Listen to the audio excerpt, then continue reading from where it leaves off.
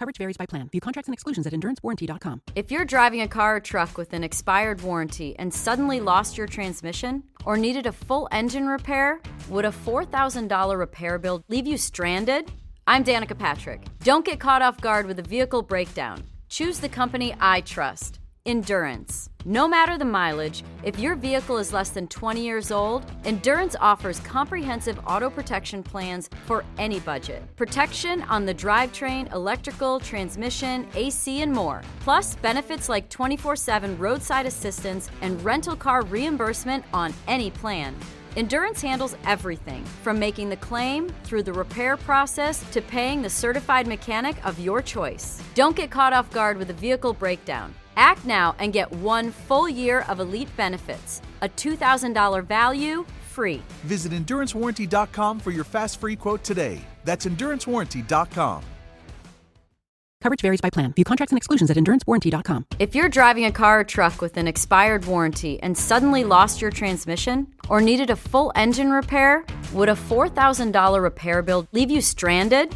I'm Danica Patrick. Don't get caught off guard with a vehicle breakdown. Choose the company I trust. Endurance. No matter the mileage, if your vehicle is less than 20 years old, Endurance offers comprehensive auto protection plans for any budget. Protection on the drivetrain, electrical, transmission, AC, and more. Plus, benefits like 24/7 roadside assistance and rental car reimbursement on any plan.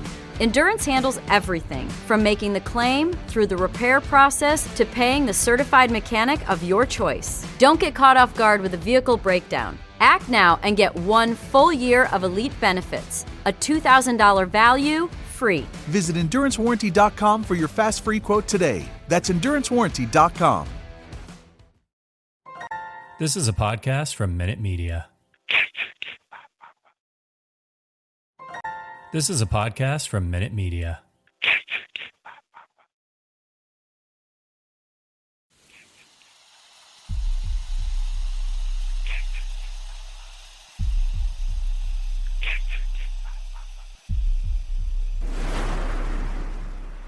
Warning, the following content may contain elements that are not suitable for some audiences. Viewer discretion is advised.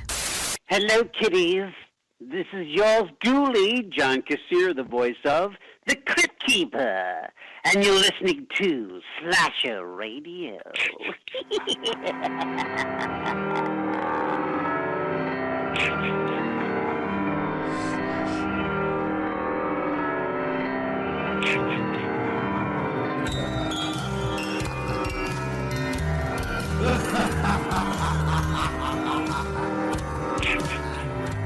Welcome to Slasher Radio. My name is Mikey Bonez, and as always, I'm joined by my co-hosts, Kat Valor and Rob Humphrey. What's happening, everybody? Hello. What's going on? Not a motherfucking thing, man. Before we get into anything, I want to just start right out of the rip and let everybody know. Kind of mentioned it last week.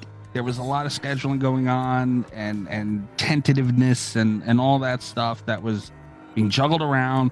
But last week when I mentioned it, we finally knocked down and cemented a date to set all this up and get it done and make it happen.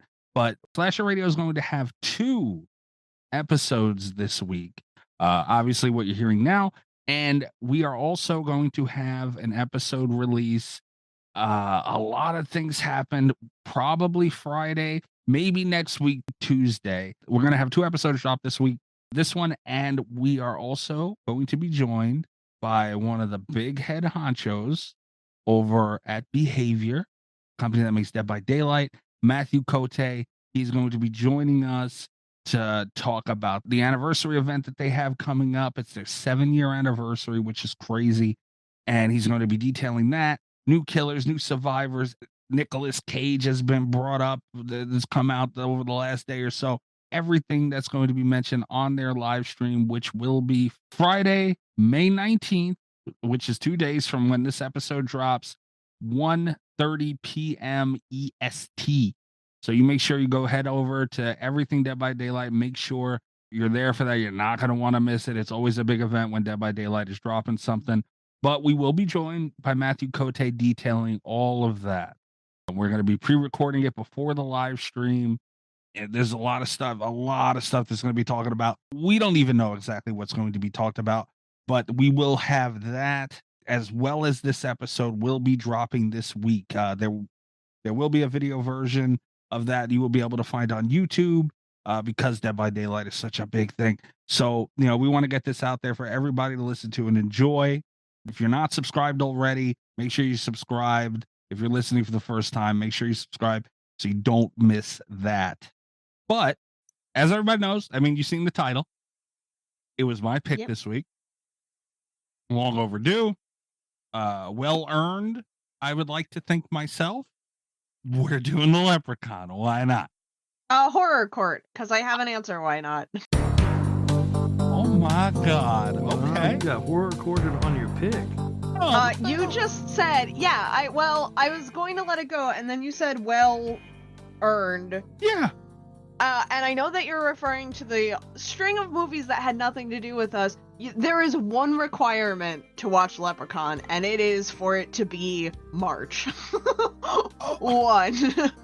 Okay, but I'll say this. I'm off the hook. I'll take late February.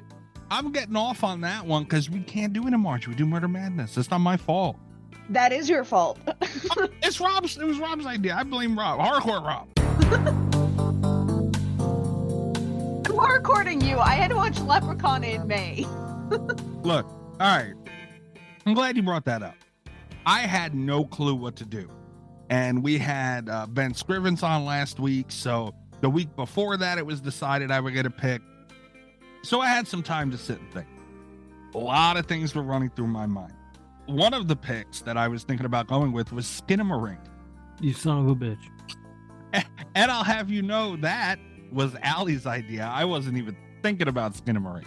I would have vetoed Skinamarink because we do horror movies on this show, and it's not a horror movie. It's not a movie. It was my pick. You can't veto it. It's not a movie. What was the other one I was thinking? Oh, Freddy's Dead would have been kind of funny. Because that would have been, you already watched that movie for nothing once. Mm-hmm. Yeah, nothing ever came of that one. And I don't remember the other one that I'm scrolling through our chat, but we talked a lot. I don't remember what the other one was. I know they were all mean against Rob, and I somehow ended up watching a St. Patrick's Day movie in May. Look, it's not my fault. Murder Madness is a thing. We would never be able to do it when it should be done. And I told you when we started doing Murder Madness that was the price that you paid. Yeah, but it was better than the other options. You got to give me that. It was not. Really? Well, okay. Well. Oh, the third one was Terrifier 2. Okay, so that's fair. That's a really good one. But Didn't Rob, we do Terrifier 2? No, you just keep watching it for some reason. Why have I seen it 4 times then? I have no idea. But Rob, so you weigh in on this one then. Am I guilty or innocent here? Because you would have liked this over all those other movies. I see the basis of Kat's case. Like, I see where she's coming from. But I think Mikey's defense is pretty strong on this Cat. Oh, we're booked up. We do have Murder Madness, so March is kind of out of the question. And that was Rob's idea. I agreed to it and liked it, I'll admit. But we all like it. Murder Madness is a lot of fun. I can think of one person who doesn't. we get in a lot of trouble for Murder Madness. Except for when you guys get it wrong. Speaking of getting it wrong, while we're horror recording, do we want to go ahead and get the Twitter discourse out of the way? Sure, yes. Horror record another one. Oh, do we need to talk about that again? You're goddamn right we do. Double horror court for Mikey, I think. I'm looking for the exact tweet. There was so much bullshit going back and forth about this one. This one's not even it. This was Leah's tweet. So this one actually, you can look for the exact tweet, but I'm going to back up a day and ask Rob, because I never saw his, I didn't see you weigh in. The one earlier this week was asking whether or not, like, which one was better, Scream or Jason Lives. Okay, so no, that's not what it asked. Oh, okay. What it asked was, one of these has to go away. Which one is it? Okay, or something like that.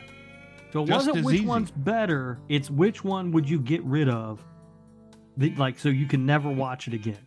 Yeah. And I said Scream. Scream has to go. I watch Friday 6 a lot. All right. But Scream, Friday 6, great movie. Didn't add anything anywhere other than it just being a good Jason movie. When you take if Scream goes away, Scream 2, 3, 4, 5, 6 goes away. Mm-hmm. And a lot of other shit that Scream did, man. Scream, Rob, come on. You Nope. cannot take Scream away ever. I would toss Scream in a heartbeat to keep Friday 6 because I like Friday 6 more. It's more fun. It's more rewatchable. I watch it. I've seen that movie way more times than I have Scream, and I imagine going forward, I will watch it way more times than I will Scream. Yeah, I did. I'm glad you brought that up, Kat. I'd seen it, and I was in the middle of something, and I forgot to go back to it. But Kat, what say you? I didn't see where you landed on that one. I went back and forth because I think Scream. I've seen Scream more times. I will probably see Scream more times. It's not in my nature to just like start with the 6th Friday movie. And I don't marathon them that often unless I'm doing it for this show. But I think I might actually enjoy Friday 6 better. Yeah, I mean, look, Scream It's is so a better good. movie. If the question was which one's a better movie, it's no doubt it's Scream. But if it's which one I want to keep so I can watch it, it's Friday all day. I don't know, man. If you, like I said, Scream's history, everything it brought to the table, cool. But man, you still have how many other 10 Friday or whatever 11, 10 Friday movies that you can pick from? Yeah, but it's the best one. Yeah, it's the best one. You're gonna get rid of our boy Thad Matthews as I wouldn't Tommy want Jarvis? I wouldn't want to, but if I had to do that to get Sidney Prescott, yes, I would. Friend of the show, been on a handful of times, understood. I'm sure he would agree. Maybe, I don't know. Sure, we'll have him on again, and you guys will bring it up. I'm sure we will. We can't be trusted. Okay, but yeah, that was a distraction while you looked up the tweet. Do you want to get into our discourse here? Yeah. For real? Greg. Greg, case closed. Yeah, right. I shouldn't even have to say anymore.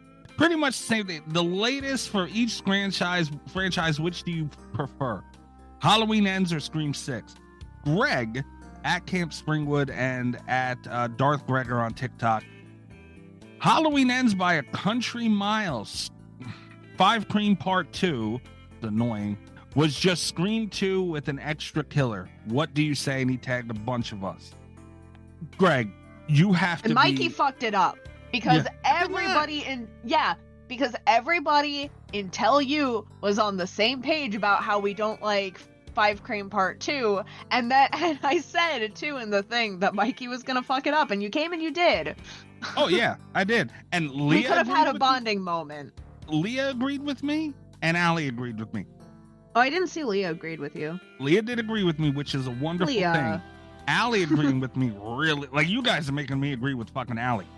Little Miss Huge Clown Penis. Huge clown penis. Come on. I feel like Leah agreed with you just to disagree with me, and that's not really how she feels. God, look, I don't love Scream 6 either. I'm on the record. There is nothing in Halloween Ends that can measure up to the bodega scene or the ladder scene. Nothing. Dude, that little kid at the beginning, That was Yeah. cool. But when that he was, gets yeeted off those stairs, come on. it wasn't even Michael Myers didn't have the best kill in a Halloween movie. Okay, but Ghostface barely had a kill in a Scream movie. They Yeah. had about the same amount of kills. At least I said earlier. All Ghostface did was scratch a bunch of people up. It doesn't matter. At least he didn't outsource a bunch of work to the dude getting bullied. And you know how many Michael Myers died? One. One Yeah. fucking Michael Myers. Do you know how many Ghostfaces died? 5. But look at the ones that died.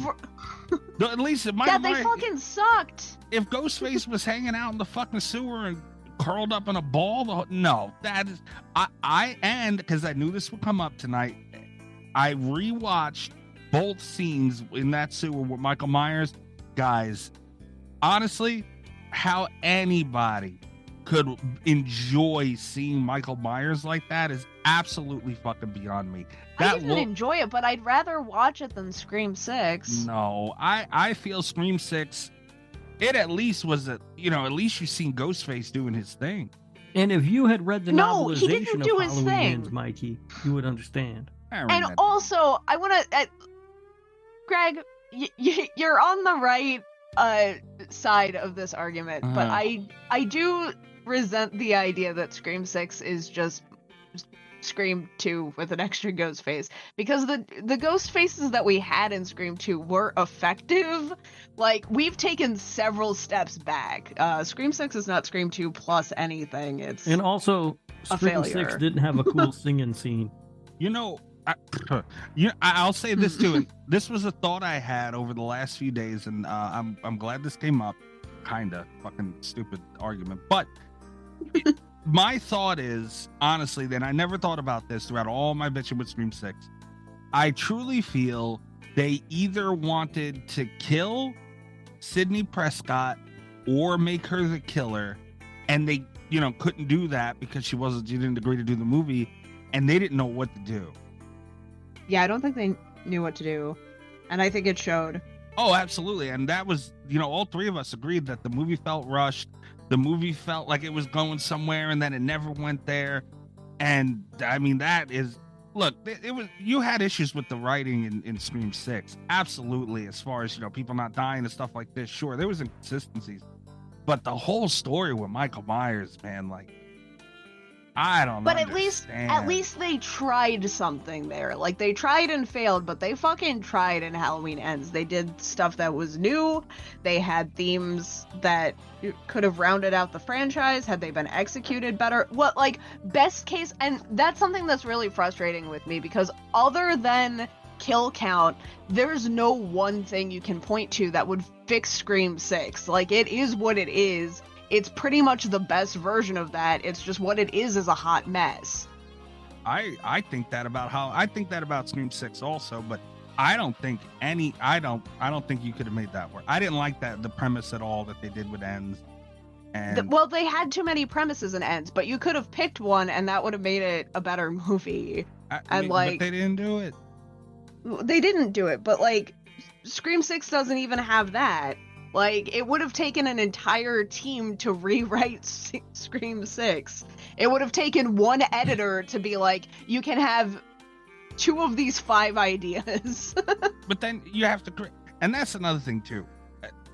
I don't know, the whole trying something new with something like that. You don't need Jason Goes to Hell tried something new. We're gonna praise that movie over Scream 6. Still no. You guys can't. You can't do that. I mean, that this is where we are here. You guys are siding with Greg, and I'm siding with Allie. What the hell is the world coming to? I am siding with Greg. Here's the thing, is that I recently rewatched Scream 6 for the 3rd time, and even though my rewatch improved the experience, I knew what to expect going in. I had a lot more fun just kind of looking for Easter eggs, fucking around. The 3rd rewatch made me want to die. Like, I hated that so much. I'm so mad at 6 Cream right now. Yeah, it's not a movie that improves on a rewatch. I mean, I rewatched it, a couple of weeks ago or whatever, and it's just not, it doesn't work. It's just not very, it's a bunch of people sitting around talking about how they could all die who aren't going to die. Whereas Halloween Ends does get better on each rewatch. Not for me. It pissed me off. Even, I've watched it 2.5 times, Halloween Ends, and I just went through a couple of scenes tonight. It pisses me off every time. Honestly, this is I don't like what they did. So, obviously those things are gonna shine to me in a bad way. So, everybody listen, let us know, man. Weigh in, please. I mean, it's crazy how these movies could be put next. Like, that's how far away it is for me. And this comes from someone who didn't even like Scream 6. I don't know. Well, it looks like it's going to be a minute before we get Scream 7. Did you guys see the news about Radio Silence? No. Hold on to that. All right. Yeah, I did not. Also, since we're talking about movies, I swear to God, we'll get to Leprechaun news, drink roll call, all that stuff. But I watched Evil Dead Rise. Yay! Finally. Oh, good for you. Yeah. What'd you Even though you're in think? New York. The last remake was better. No, it wasn't, Mikey. I'm just fucking with you. No, dude, I love this fucking movie. Yay! Right? It's not as silly or as slapsticky as the original trilogy, which will always be my favorite. Oh, But yeah, it's got a little bit of it in there, which is all I really wanted from 2013. Had that That's had all a I little wanted. more of that in there, I probably would have really loved it. I think they did a lot of really good stuff with Evil Dead Rise. I think it's incredible how they were able to make such a gory, bloody movie and have so many beautiful things done in the middle of it. The cinematography was phenomenal. The little things they did, man, and they nailed the look of the Deadites. Like that absolutely. felt like Evil Dead a gajillion %. Yeah. And that opening scene was crazy. This movie gave me chills several times. The title card, and I don't normally notice title cards when I watch a movie, but the way they did the title card in this one was so awesome. Yeah. Yeah. It was a badass movie. I'm impressed. They fucking killed it on that thing, dude. Honestly. I will say though, the scariest thing about Evil Dead Rise is that kid putting those dusty ass old records on his turntable. That is gonna fuck his stylus up, man. You gotta at least watch those things first. Yeah, dude, this thing, and I almost didn't even watch it right away. Almost didn't even watch it because I was just running out of time. I wanted to watch it earlier in the week. I didn't. I just almost ran out of time. And man, am I glad I fucking did. And it's only an hour and a half. They are fucking geniuses. Yeah. Yeah. Like, dude, we don't need the fucking 2.5 hour movies. We don't. Especially horror movies. They did a lot with that time. Oh, yeah. Oh, it was genius, bro. It all took place in one spot. There was no bouncing around, no moving around, no bullshit. They got right the fuck to it. And in the opening scene, they got right the fuck to it. And then they got right the fuck to it again as soon as it started. You know, you had an interesting story. The acting was incredible, dude. They nailed this. And I don't want to spend too much time talking about it, but I really like this movie. This movie, Evil Dead Rise, right here, it portrays perfectly why I hate the fucking Conjuring and Insidious movies more than anything. Because they went very paranormal with this, which is outside of what they've done before to this extent. And they fucking nailed it. Yeah. And it shows you can do it well. It can be done well. And I find myself, I'm also guilty of this, where I see that something's a paranormal movie and I kind of start rolling my eyes and stuff, but it can be done well. It's just, I'm so used to seeing it done poorly. Yeah. So, fuck the Conjuring movie. From now on, going forward, every single time that someone brings up and it happens more often than I can believe, but every time it does it, I'm going to say, fuck you, watch Evil Dead Rise. Period. Yeah. Done. Well, you know what we're going to get before we get the Conjuring is all the Insidious people. Fuck them too. Same thing. That fucking thing's coming out this year. Yeah, good for them. But yeah, bravo. What a fucking movie. I don't think they could do that every 2 years like we were talking about last week. But goddamn, if they can, I mean, go ahead and fucking do it. But that's when they don't do it. Right. That's when the movie slips up, right? Because that's what makes them great. They take their time, they get it right. Yeah. Bravo. Drink roll call. Anybody drinking anything fun when you got I'm drinking tequila straight again. Wow. Yeah. So let's go. I'm drinking rum and Diet Pepsi again. Okay. Sailor Jerry? No, the Hilton Head. Oh, right. Okay, nice. What about you, Kat? I'm getting fancy today. I am once again drinking whiskey straight, but it's Jameson today. Oh. Okay. I've been rewatching The Wire. Well, you see a lot of people drinking Jameson on The Wire. Are there a lot of Irish people on The Wire? I mean, it's about cops in Baltimore. Yeah, there's a few Irish people wandering around. That was my thing, because we're doing an Irish movie, and I was gonna drink Irish beer, but I don't have any. But I did have Irish whiskey. Yeah. So I didn't even think of that. I should have got me a Heineken. Yeah. Although I don't really like Heineken. Well. Yeah. I thought about getting Guinness. some beer today, but I didn't go anywhere today. There you go. Yeah, so I was like, all right, I guess I'll just stick with the rum. Your couch smells fresh like your ass right now, huh? It sure does. The best way for a couch to be. All right. You guys want to get into some horror news? Yeah, let's go for it. Do it. Coverage varies by plan. View contracts and exclusions at endurancewarranty.com. If you're driving a car or truck with an expired warranty and suddenly lost your transmission or needed a full engine repair, would a $4,000 repair bill leave you stranded?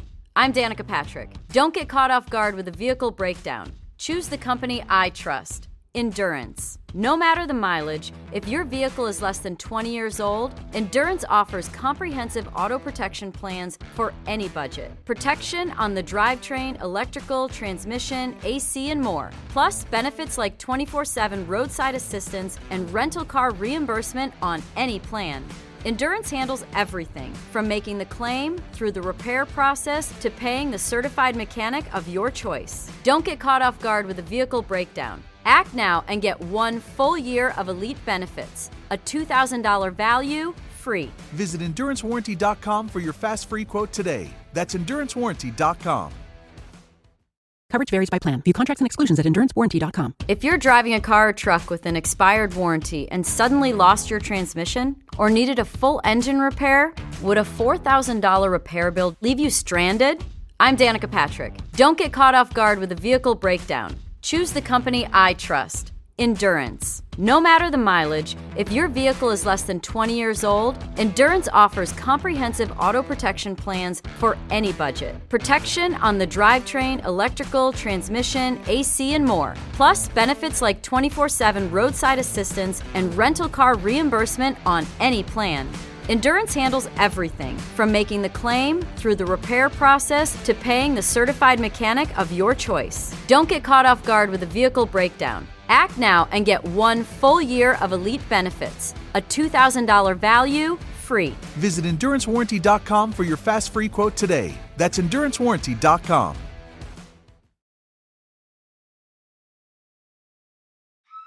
It's time to hump the news with EyeRChris.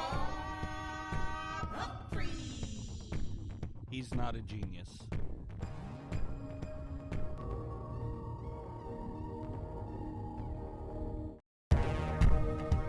All right. This is funny, and I love it. Gun Interactive, they released the Texas Chainsaw Massacre. It's a spin from the game. It's a lo-fi Leatherface channel. And you can just sit and watch a cartoon Leatherface chop meat while listening to lo-fi music. Okay, that's the best thing I've heard about this game since we started covering it. They do fun shit like that, man, and they got a good amount. Let me see what it's at now. I subscribe to it. It's got 845 subscribers right now. That's interesting. Yeah. And it's just like the same animation of Leatherface chopping meat. He looks all fucking sad. I sent it to you guys if you want to look at it. It's funny as shit, man. And as far as lo-fi music goes, it's not awful. It's called Lo-Fi Leatherface on YouTube, if anybody. Beats for the whole family. Okay, yeah, this is fantastic. Right? This is awesome, man. And that's why a part of why I love Guns so much, because they do shit like this and they have fun, and this is dope. Rob, you gonna fall asleep to this tonight? I might. I might. That's pretty cool. That's nice. I mean, I don't know how much time I'd actually spend watching it, but it's cool. I know a lot of people who do. They enjoy the lo-fi. Mm-hmm. Not so much my thing. I don't usually listen to lo-fi, but sometimes I do run out of work music, and then I'll toss on a lo-fi station. Okay. And I might try this out this week. I might work to some Leatherface. There you go. All right. The next thing I want to talk about is Toonie Terrors. I'm going to send you guys this link and hopefully get Kat to spend some money because they're releasing a whole Saw. I've already bought them. That's hysterical. It's NECA too. Holy shit, I didn't know that. That was also... NECA does the Toonie Terrors. Come on, Mikey, get with it. Yeah, they got Amanda with her pig mask, Billy, and they even have a trap that you can buy. I mean, this is awesome. Yeah, they look fantastic. Which ones did you get, Kat?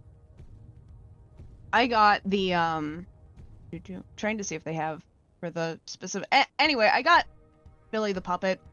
Ooh, nice. I was trying to see if they had like, because sometimes, what was it last week? We had like the dog thing had a funny name. Mm-hmm. Oh yeah. So you got Billy the Puppet, but not Pigsaw. I didn't get Pigsaw. Okay. So that's funny. Billy the Puppet, I think, is going to be small enough I can keep like on or near my desk. Oh yeah, and he looks fucking perfect too. Yeah, those things are awesome. Rob, are you going to be adding to your Saw collection? Not at all. No. Oh, okay. I imagine this is in promotion for the upcoming Saw movie. Yeah. I love saying that because I get to do it from the Boston accent. Socks. Mm-hmm. Promoting for Socks, and yeah, these look great. So go to NECA's stuff to get you one, or just Bloody Disgusting. Google it, you'll find it. Next thing is horror comedy Teeth is getting a stage musical adaptation. I was going to ask you if it was a horror comedy, but if you put it on stage and add music, it absolutely is. So okay, I don't like Teeth. I don't like the thought of the movie Teeth. I don't like any of that.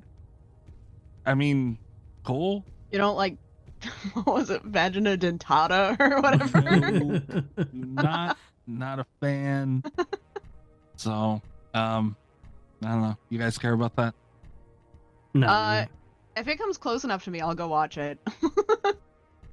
Like, that just sounds hysterical. It does sound funny. All right. Hollywood Dreams and Nightmares, the Robert Englund story, is a bestseller on Amazon already. Wow, really? Yeah. We were nice enough to get a screener for this. Actually, reviews are embargoed until May 30th. Oh, these must be pre-orders? Yeah, it has to be pre-orders. It's streaming. I think is it Screenbox?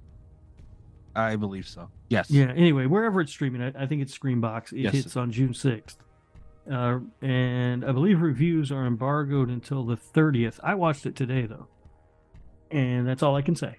Yeah. I have not sat with it yet. Tell us how it is, Rob. Yeah. Just trying to get Rob in trouble. It would be very nice to get Rob sued. Have you watched it yet, Kat? No, I haven't watched it yet. All right. Rob, did you like it? Talk to me in 16 days. Damn it. Send So that close. right over to him. All right. So that's fucking awesome. Robert Englund is, I mean, that's the guy to me. This is going to piss me off. It's going to piss Jinx off. Bird Box is getting a sequel. Talk about its name. Talk about what it's called. I don't want to do it. Do it. I don't want to do it. You do it. I don't even want to do it. Do it. Why? I don't know. I want to piss you off. I want to piss Jinx off, I guess. Barcelona. Like, why, dude? Say the full name. Bird Box Barcelona. There it is. I don't know why. It sounds like a reality show to me. Like, It kind of does. Yeah. If it was a reality show, I'd watch it. that would be hysterical. I still would not watch it. No. I don't know what to say about this. The first one sucked. I didn't even watch The the whole first thing. one's fine. The first one's not bad. mid. It's not good. It just exists. It sucks. It's a fine movie. It is the definition of a passable horror film. Right. Like, it's got Sandra Bullock in it. I mean, Yeah, it's one of those like turn your brain off and just kind of watch it movies, and I think that's fine. I think we need to have movies that are just like that. What I don't like is that even those are getting sequels now. Like I was never like, you know what I need is more Bird Box, but in Barcelona. Yeah. And I'm sure it's probably in news also. I'm sure it's probably something we're about to cover. There's actually a horror movie that I really like that has just been picked up for its first sequel, and I'm not happy about that either. Because if you tell the story that you're trying to tell, don't do a second one. Bird Box, I think, did that. You know, like, I think it's a lot better if you look at it as a character story, because the monster's not super believable. There's a lot of chaos going on with the lore surrounding it. It's a little bit problematic if you dig too deep into it, but like, it's fine, and it's a story about Mallory, and it's like, just focus on her, and that's fine, that's enough. But like, once we start breaking it up, once we start treating these like they're real, like, horror monsters, it's gonna be chaos, and we don't need this. Is Sandra Bullock or Machine Gun Kelly in it? I don't fucking know, man. How do they make it to Barcelona? I don't care. Know. It may be unprofessional, but I'm not looking into this movie. I'm not gonna do it. So, I mean, whatever. I'm glad people are making money off of it, because, you know, success is good, but why the fuck did it have to be this thing? I don't know. People didn't shut the fuck up about that movie, and finally I was like, all right, let me watch it. And I said, are you kidding me? And off it went. I tried to push through. I did. Can't do it. All right, quick look at the cast here. The only name I recognize immediately is Georgina Campbell. I'll watch it. Yeah, that makes me kind of want to watch it. Unless forced to by patrons, I will not watch that movie. Georgina Campbell was great in Patrons! Barbarian, man. Yeah, I don't want to see her in Bird Box. And If she they made- almost won herself an Emma Roberts Crazy Eyes Slashy Award. Yeah, if they make a Barbarian too, I will watch that. I'm not watching Bird Box Barcelona. No. I'm pretty sure they're not making any sort of sequel to Barbarian, although the writer-director of Barbarian has apparently sold his next movie. Oh, that's good. It's I wish Barbarian Barcelona. Yeah. I wish I had more information about that film. Imagine if it was Bird Box Barcelona. That he sold it. Hold on, I'm trying to find it real quick. It's going to star Pedro Pascal. Oh. I'll watch it. It is called Weapons. And that is all I know about it. I don't have the boner for Pedro Pascal that a lot of people do, so I have the boner for Pedro Pascal. Yeah, and a lot of people do. I think that's a lot of lady boners going around for Pedro Pascal. Absolutely. Yeah. I mean, he's fine. I don't dislike him. I've had mine for a while because he was in. He played my favorite character in Game of Thrones, so it's been kind of a long-lasting thing, and I like that he's starting to be in more stuff. Yeah, it's like a longer than 4 hours call your doctor situation that I've got going on for Pedro Pascal right now. Everybody does, and like, you know, he's a good-looking guy. And then he was in The Unbearable Weight of Massive Talent also, and he was fantastic in that. He was excellent in that. He's insanely talented, yeah, but I just don't fucking see it with what everybody's going on about with him. Rob, be honest. I'm not asking Kat because she'll hurt my feelings. Rob, be honest. Who's hotter, Pedro Pascal or Tom Brady? That's close. It's not close. Yeah, it's pretty close. I would see. I'm leaning towards Pedro Pascal, but I don't know if that's just because I dislike Tom Brady so much. You got to put that aside. I don't like him either. I know, but it's hard to put that aside. You know, he'll be smacking the ass with all those Super Bowl rings, though, man. I don't know if I want that. It's not a selling point, huh? All right, that's fair. Yeah, but goddamn, it's close. I do. Both men are extremely talented. I will say that Pedro Pascal was great in The Unbearable Weight of Massive Talent, and he should make more movies with Nick Cage. Yeah, better not be no puppets in them. Not that. I'm just saying. Yeah. Heard something. Will not tolerate this slander, Mike. There's photographic evidence all over Twitter. What do you mean? Just saying. This is what you guys did. You're not gonna give me an appeal, then I don't know what to tell you. I'm free to do it now. Did you not see me just mute my mic? No. That means I'm done. We're done with this subject. When I mute my mic, I'm done. All right. Cajun puppet fuckery. Beetlejuice 2. What? When I mute my mic, I'm eating chips. Oh, I've got the munchies really bad. I've been drinking a while. Yeah, me too. Beetlejuice 2. It was apparently confirmed, announced, whatever, that it will be released in theaters September 2024. I'm not excited about this at all. What? Not one bit. I first of all, I will say this. I haven't watched Beetlejuice in forever. I didn't like it. Oh.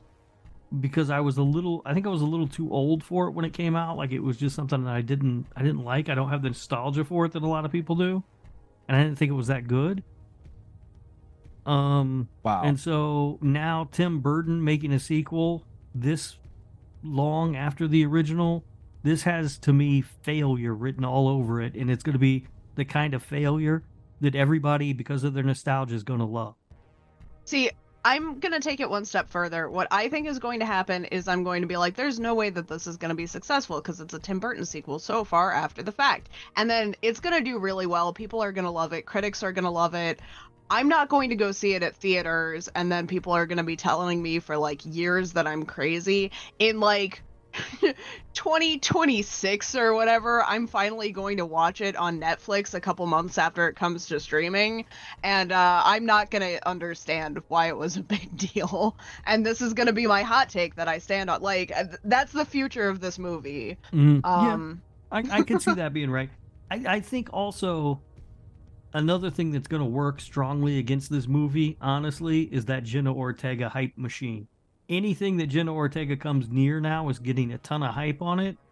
Yeah. And I'm starting to turn on Jenna Ortega a little bit. Oh, I'm not starting to turn on her yet, but I do think that my overall opinion of her is going to ultimately be lowered by this movie. My hopes are not high. Okay, hold on a second. We got to back up the cat train real quick, because that motherfucker's coming through hot. Real hot. All right, hold on. Now, I had like a psychic vision. I saw Beetlejuice 2, and it's like, I know the next few years of my life. That's fair. But are you in the same boat with Rob as far as like you didn't like the original? I'm in a similar boat. Oh. I really loved the original when I first saw it. And it was it was my favorite movie for a while. Like, I liked the whole Lydia Dietz look as a little baby cat. Like, I really liked the movie. I had a lot of fun. I didn't watch it for a long time. I don't know if it was just one of those, like, it wasn't in the DVD collection, so it didn't get a lot of rewatches, or like if it didn't come to streaming at the same time. It was a really, really long time in between that being my favorite movie and me watching it as an adult. And I honestly don't think it holds up that well. Like, it has moments, but it's fine. Wow, and that was kind of disappointing. Damn. I love Beetlejuice, man. I'm there for it. Like, it's wacky, it's wild. The sets were incredible, especially for their time. Like, it was incredible. Michael Keaton, for crying out loud. I was 12 when it came out. I was already too cool for that movie. Were you really? Mm-hmm. I don't even know. What year did it come out? 1988. Oh, damn. That was the year before I was born. And also, look at Kat being able to watch stuff on streaming when she was young, Rob. It didn't come to streaming. It was a Blockbuster was streaming. I don't know. To be fair, Kat, I don't know if you know this or not, but Netflix used to mail movies to people. No, I used to get those movies, and when they started mailing movies to people, a lot of their horror section was like Microwave Massacre and Dumpster Baby and Blades with an S, and like that was, and around that time, and this is really, kids these days are not gonna understand. My Mr. Cat's boyfriend and I are like just far enough apart, like that extra couple of years like makes a difference, because he's going to think I'm making this up. Disney Netflix had a really wide selection of Disney movies because Disney didn't have any kind of online streaming service, so they were like really cheap to pick up. And that was, so I did have like kind of, and you know, I was in high school at the time. I had kind of like a resurgence of just nostalgic movies that I had watched when I was a kid. But for whatever reason, Beetlejuice was not there. It was more expensive than the Disney movies for Netflix to acquire. Yeah. So I got Microwave Massacre instead. Wait, Mr. Cat's boyfriend guy is slightly younger than you? Is that what He's you're telling slightly me? younger than me, yeah. Is that even legal? I mean, are you Yes. allowed to date him? Is he old enough? Yes, he is an adult. All right. What's wrong with you? I also, for the record, am an adult. Yeah. No, I know that you're an adult, but I mean, you're pretty close to that line, I think. No, Any new almost listeners? 30. In Rob's head, he is just stuck on Cat being like 19. Out of here calling Cat a kitty diddler. What's wrong with you? But for the record, listeners, I am almost 30. Yeah. Cat is the Freddy Krueger of our show. Oh, you fucker. I will say this too. I'm starting to feel really bad for Michael Keaton. I think he's a really talented actor, and all anybody wants him to do is be the characters that he's already been, and it's a waste of his talent. I can see that pissing actors off. I mean, they're now because he's playing Batman in that new Flash movie or whatever.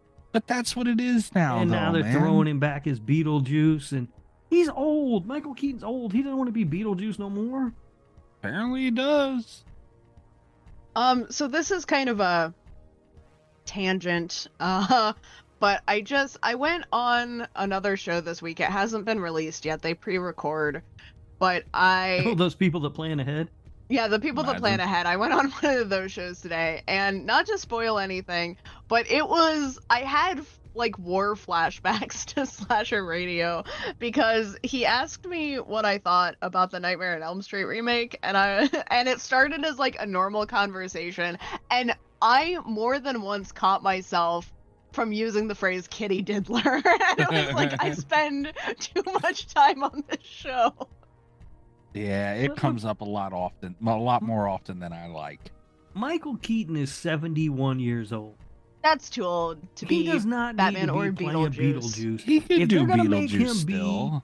If they're going to make him remake one of his old movies or relive one of his old characters, let's do Multiplicity. That was a funny movie. He could still do that.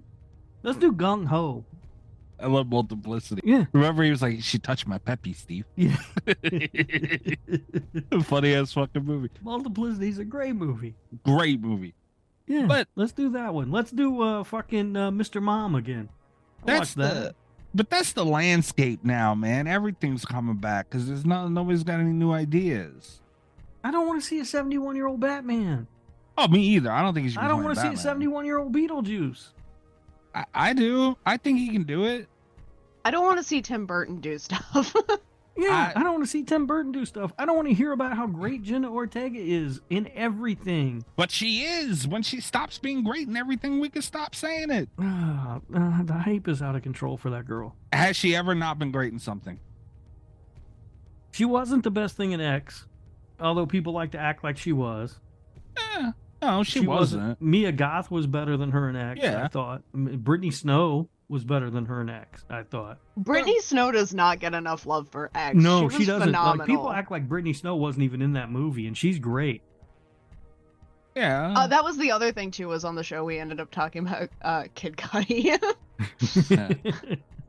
You talk about his third arm? Yeah. We don't know if that's CGI or not.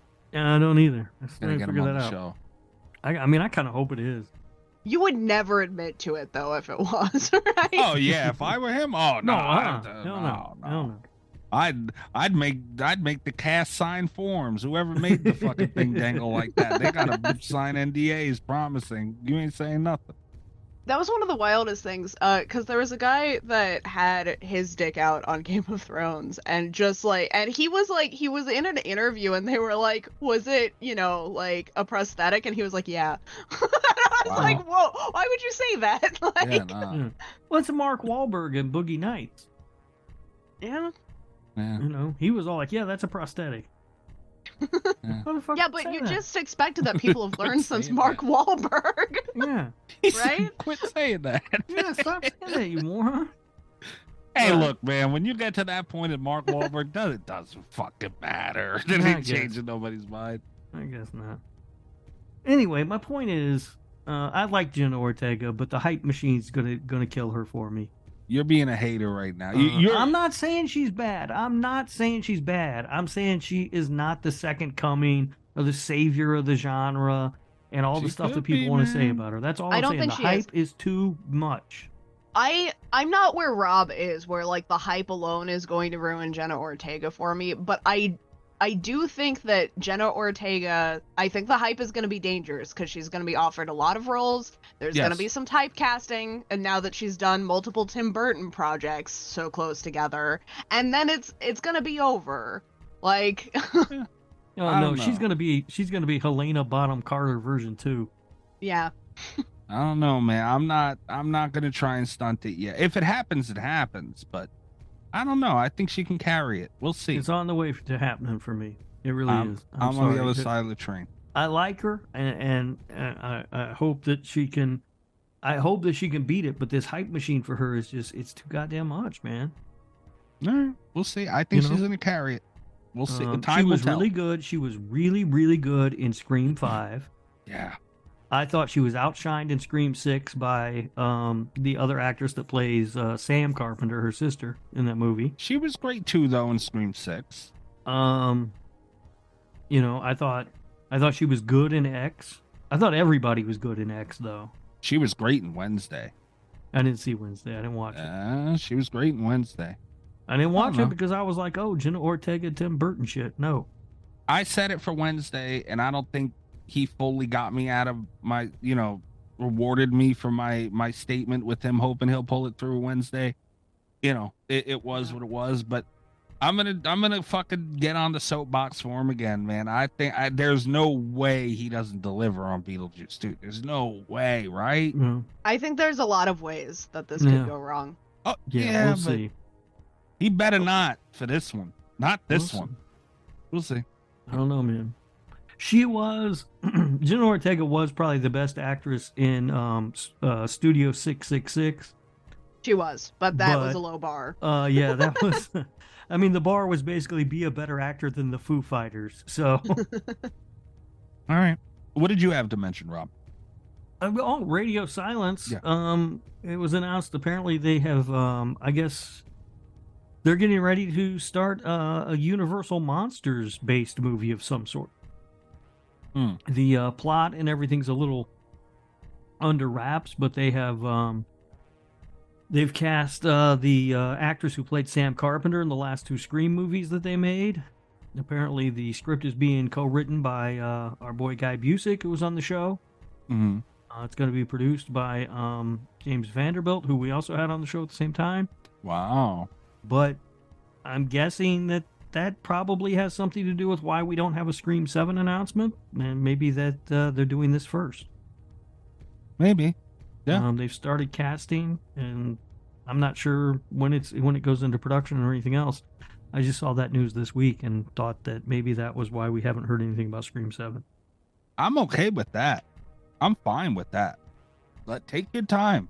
The opportunity will always be there, I'm sure, in some capacity, and you can make it work. And take your time, do it right. Make sure it's, because like you said, we had both Guy and James on the show. They were great. We had a blast talking to them, and they did a phenomenal job. You got all mad at me for asking questions. Mm-hmm. They did a phenomenal job with Scream 5, but they're not going to come back on this show. We've been too vocal about Scream 6. I mean, I thought about that too. That they probably, if they heard what we had to say about Scream 6, are going to come back on the show. But look, that's what we do on this show. Yeah, I'd rather be honest than yeah. It didn't work for us. No, and we're not saying it's the worst thing in the world, but But it's still better than Scream 3. Mm-hmm. Not doing it's that still again. better than Scream 3. Yeah. So, we'll see with that. Like I said, I'm not mad about that at all. Take your time and do it. That's fine. Yeah, we'll see. I thought that was interesting because I really expected an announcement of the next Scream movie, and I thought they would pump it out fast. No, I'm glad. That's part of the problem, man. I'm telling you, I never thought of that, man. The whole Nev Campbell thing probably really threw a curveball in a lot of the shit that they were doing, and it showed. That is the biggest, like that seems like the biggest thing to me. It showed, like, and the turnaround they had for this movie, man, that's tough. It's tough. All right, so am I hitting my button for the gabagool crap? Yeah. Okay. Crazy idiot! Get the fuck out of here! You! Go ahead, go back to turning tricks in Hoboken, you pain in the ass! Briggs in Hoboken. This is the Gabagool Mystery Corner, where our listeners anonymously send in Italian memes for the sake of just me reacting on the show. Kind of fucked up, but this is what we do around these parts. Yeah, I've got a story about this one. Oh boy. Oh, what the fuck is that? Italian sushi, and this is stupid. It's a sushi roll with noodles from Kraft macaroni and cheese in the middle of it, and it's stupid. Kraft macaroni and cheese is good though. Sometimes it hits, yeah. You're in the mood for that, yeah. What's the story with this one, Kat? So the story with this one, an anonymous listener that had not ever submitted a Gabagool Mystery Corner sent this in. And I was like, oh, yay, it's expanding. And then 3 listeners that have already sent Gabagool Mystery Corners also sent this in. This was a very popular one. 3. I got this meme 4 times in the same week. And I actually meant to post it last week, but I had gotten it like on like a Sunday or a Monday. It was right after we had recorded. And I got them all within the same like 48-hour time period, and then I forgot that was the one I was gonna do last week. So I wanted this week to make sure to honor the 4 listeners that sent me this meme. Who the fuck is the new one? We're still adding to the fucking. We're still adding to them. It's bad enough. The list of people who want to celebrate Mikey continues to grow. It's bad enough the list for the memes themselves keep growing, but now on top of it, the people doing it's growing as well. Yeah, now we have more people sending them in. Come on, guys. Right. When is enough, you know? I don't know. But I mean, I think I have a theory about this. I don't know if I should reveal because I don't want to give anything away. You might have noticed, though, last week, some of the memes are getting a little bit more personal. Yeah. I think we're delving into some customization territory as I've stockpiled all of the Italian memes. I think what happened is everyone saw a new one and was just really excited. That's the only explanation I can think of, because for the last couple weeks, the ones I've been getting have all been like handcrafted Gabagool memes for the show, but this one, right? That is an out in the theory. Wild. Have we run out of internet Gabagool memes? Apparently not. Yeah. It's possible. I don't know. Well, this week's Tony Danza fun fact. Whoa! Huh? What's that? Excuse me. Yeah. You said last week again, no more. Did I? You said no more last week. I know. I don't think I did. I don't remember saying that, but that's it. All right, we won't do any more. Kat, you heard him, right? Yes.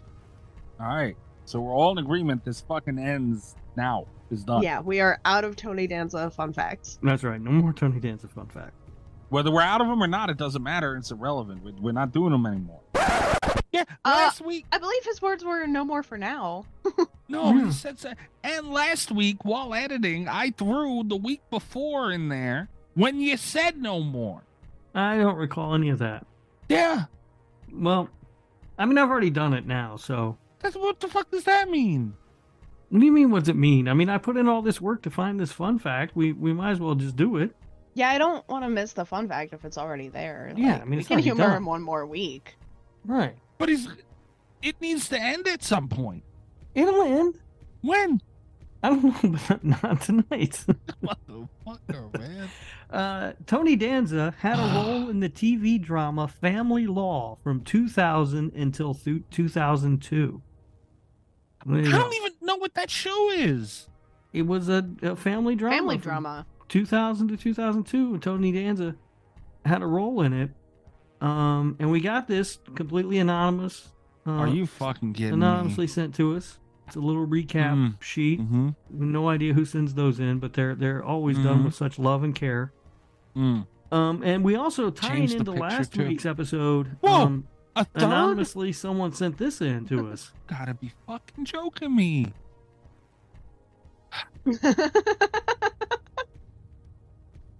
Wow.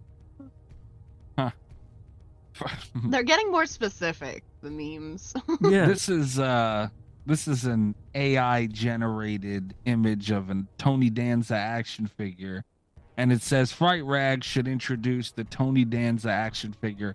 I forgot to mention that slasher 10 promo code at Fright Yes, Rags. slasher 10 promo code there at Fright Rags. Yes, fright-rags.com. Get yourself 10% off the best horror merch in all of the genre. That's annoying. No, they shouldn't. The other one, the one Rob sent before this, is Allie. Huge clown penis. We don't know that. We don't know that. It's anonymous. It's literally the same template with a different Danza. She got a different Danza. Yeah, that one's again. got a totally different picture of Tony Danza in it. But Does everything it else irritate you to know that if the AI is right and we do end up with an ebook to peddle to listeners, that there will be a Tony Danza fun fact section of it? Yeah. Yeah, That's what the show has become. That pissed me off a lot. Yeah, a lot. It pissed me off.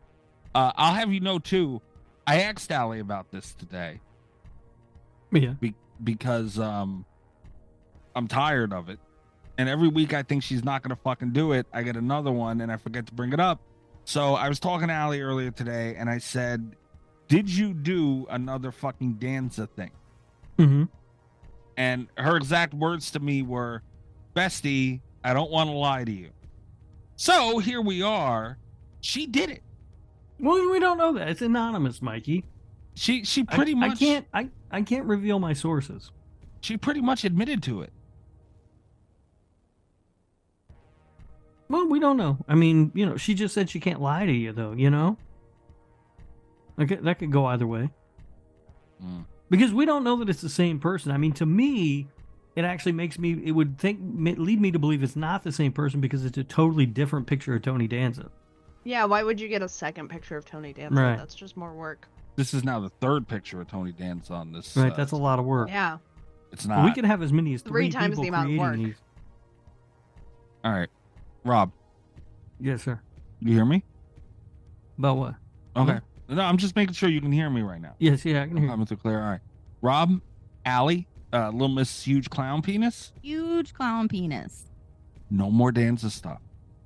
Okay, no more. Till next week. No more, period. Stop with the next week shit. No more. This got to stop. I think it's important to acknowledge the patron saint of Italian Americans. That's all. He's not. I have a life hack for our listeners, though. You can also send them to Gabagooli Mystery Corner. Motherfucker. This is getting out of control. I mean, I'll be honest with you, Mikey. It hurts a little bit that so much work has gone into finding all these fun facts about Mr. Tony Danza, Saint Danza, if you will, and you don't appreciate it. No, I've made it very clear I don't. Maybe you should just stop fucking doing it. There you go. No one's making you do it. Saint Anthony Danza. Although, a little bit of fun for me now. We have a Huckleberry Humphrey Hillbilly Hoedown this week. Oh, we got one of those, huh? Yeah, we got one. This is where we celebrate Rob's move down south, becoming a, quote, redneck. And these are anonymous. By the way, they all go up on Patreon. We explain them on the show. There you go. Well, we try to explain them on the show. These are hard to explain. This one's pretty straightforward.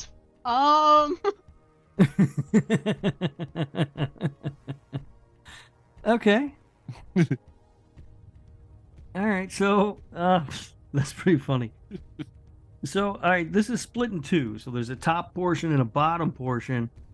The top portion is it's a toilet that seems to be disconnected from any plumbing of any sort. It's in the yard. It's outside. Yeah, outside in I guess that's someone's yard. I don't know. There seems to be a lot of debris about. Wow.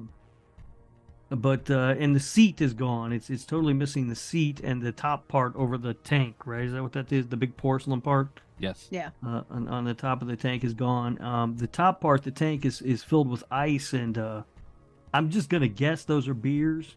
Probably. In the ice. I can't really tell from looking at it, but I can't imagine what else it would be.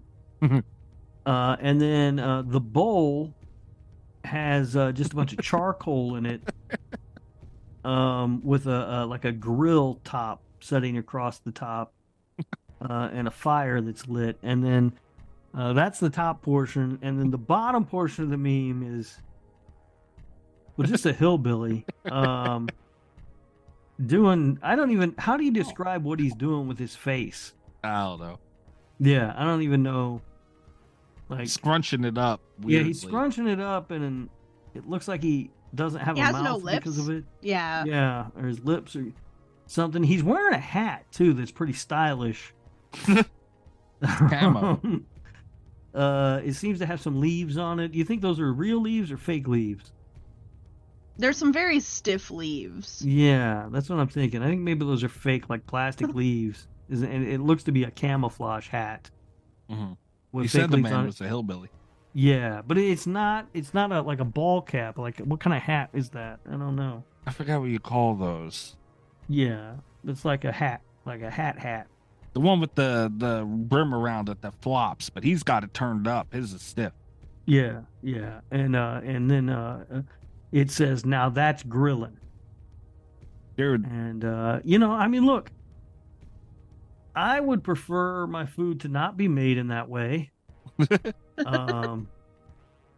But if that's what you got to work with, I guess that's what you got to work with. That is ingenuity. That's just incredible. That is the one thing about the redneck folk. The ingenuity knows no bounds. They think of something and they get it done. That's a cooler and a fucking grill in one, man. Yeah. I mean, it's kind of genius in a way.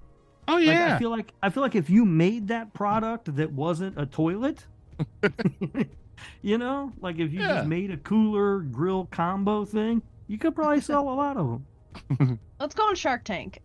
Yeah. Take the toilet as a prototype and see what happens.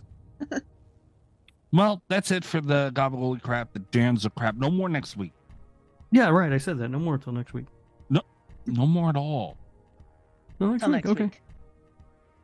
Unbelievable. That's it. We will take a quick break and we'll be right back with the Leprechaun. You motherfuckers are gonna be nice to this movie now. We'll see. Till next week. Until next week.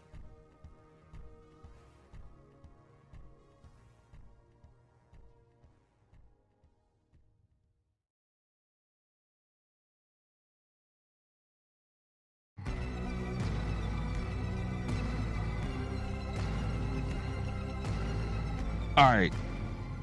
I'm serious about this. I'm not tolerating no bullshit tonight with this one, guys. All right. Out of the gate, I want to say that normally I come in and I already know what my Rob score is going to be for the movie. Mm-hmm. Portnoy. I've got a range and I haven't nailed anything down yet. Okay. I'm not going to say whether it's good or bad. I'm just saying there's a range and I haven't quite landed on a score. I would like to start, if that's okay. This movie made me really sad. Why? Because at some point, Mikey used to like fun. Uh-huh. And it's just, it hurts that we can't have movies like this anymore on the show. It sucks that the one that we have is Leprechaun, I think. It is disappointing to me to watch this movie and I can't figure out why you would enjoy this and not Carousel. Yeah, that's the thing that gets me. Like, it's not even that I don't like Leprechaun. It's just that I don't understand why, if you love Leprechaun, you don't love other gorier movies, honestly. And then there's like there are a lot of debates that I think are gonna get kind of rehashed that are gonna come up here. But there's like the, is it too silly thing? Is it paced well? Does it get a B movie score? The one that is really gonna kill me is because Mikey always comes down on movies that he doesn't think are horror enough. And this is dangerously close to that line where some of the shark movies have been, where it's like he said that they're comedies, and Oh, this is a horror comedy without a doubt. Oh yeah, you can't take this one away. I could not see this being anything but. I don't know. So that's the thing is like I'm not going to argue that Leprechaun is not a horror movie, but I do think we've had like and you're about to get so mad, but Santa Jaws, I think, is as much of a horror movie as Leprechaun. Sharks of the Corn, like all of my shark movies, with the exception of bad CGI sharks, which they admitted was a comedy. That's on us. With that one exception, I think that our shark movies are at the same like horror comedy level as Leprechaun. This movie definitely tilts the scale in favor of comedy, I think. Yeah. Yeah. All right. See, the thing is, it's a shark. And I'm not on this side of the I'm kind of like this is kind of my cat's argument here with this. I'm not going to argue it because I don't feel this way, but there are people out there who try and say Jaws isn't a horror movie. And I don't understand it because it is for a lot of reasons, more than just people die, but yeah, it's a shark. And I would say I don't know. No, I'm not dinging it much for that. I'm just saying I think that's my lens that I look at those from a little more. I mean, I still say Santa Jaws it's a horror movie. And so is Sharks of the Corn.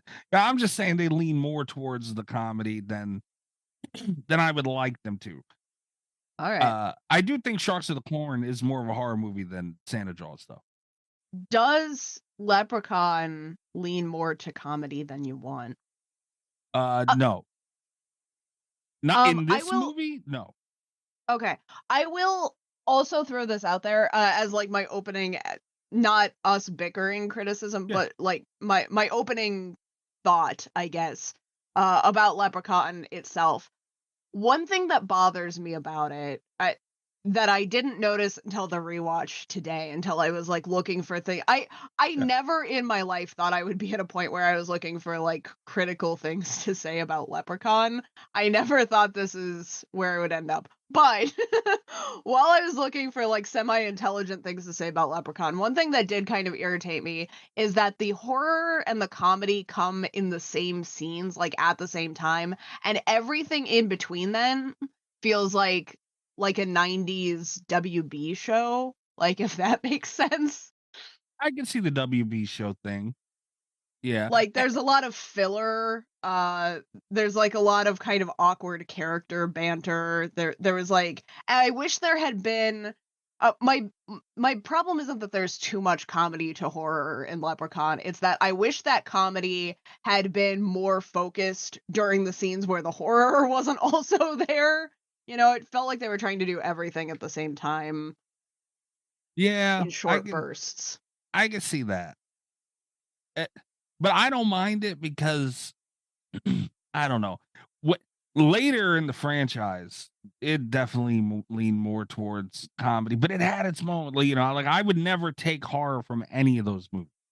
But it definitely leaned more in others than in this one. But it kind of just became his thing. Like he's going to talk shit throughout. And I even have a note in here somewhere that I can't find it right now. But there was one scene, he was just talking shit the whole fucking way through. It's like, damn, man. You know what? The weakest part of this movie, I feel, is the writing. And I'm not saying it was terrible, but yeah, it wasn't good. It wasn't great, but I mean, we got to look at Jennifer Aniston proud. I mean, who's upset about that?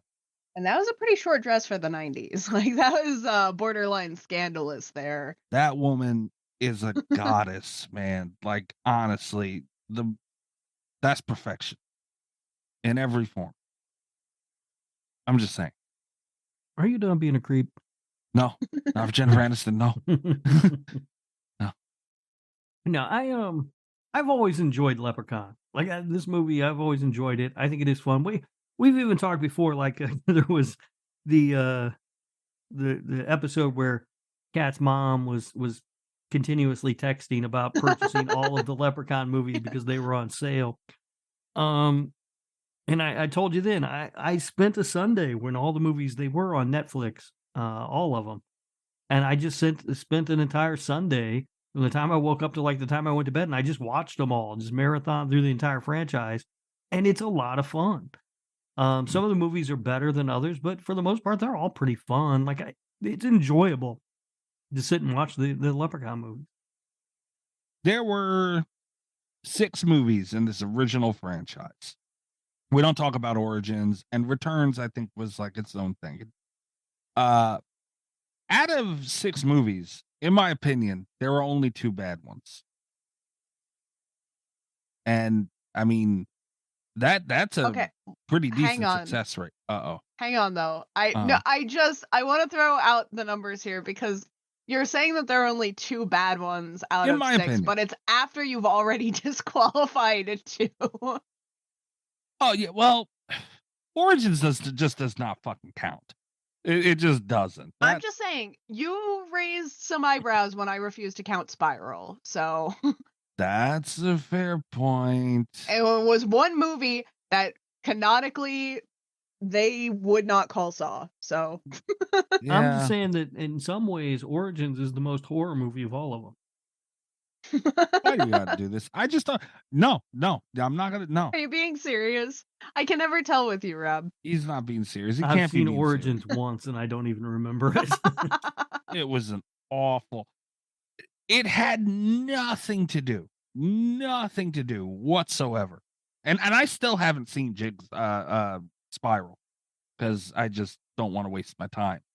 I'm just saying, it wasn't called like Saw Origins. It was called From the Book of Saw. Like they. Yeah, but either way, out of 6 movies, I mean, you want to count those? I don't. Out of an original core. All right. You know, those original 6 with Warwick Davis and all that. Dude, I think there was only 2 bad movies, and that's not bad for any horror franchise, especially one with about a fucking leprechaun. Let's see. I got to think about it because I don't know. I'm not as familiar with the franchise. I didn't like 2. That was one of the ones that were bad. And I didn't like one of the Hood ones. The first one I didn't like. I think that's right. I think I didn't like Leprechaun into Hood, but I liked Back to the Hood. Yes, I appreciate you saying it correctly too. Yeah. Yeah. But that's just kind of what he did, man. You know, like he talked shit through.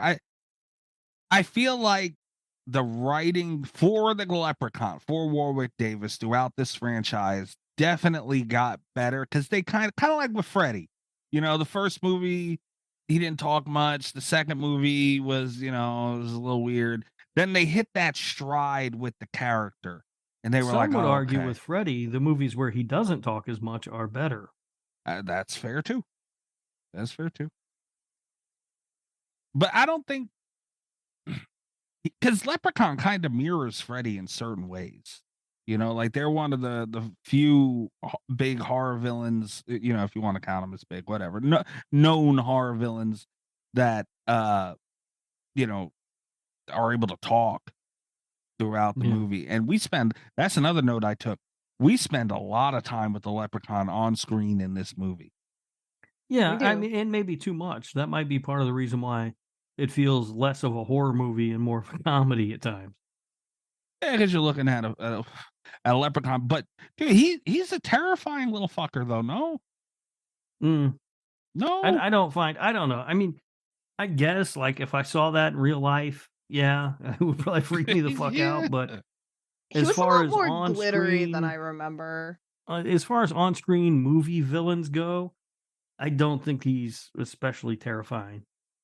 I don't know, man. There's always something, and maybe by terrifying, maybe that's the wrong word to use, but I mean, yeah, if I seen that, like if I woke up and that was standing there, the sheets are done.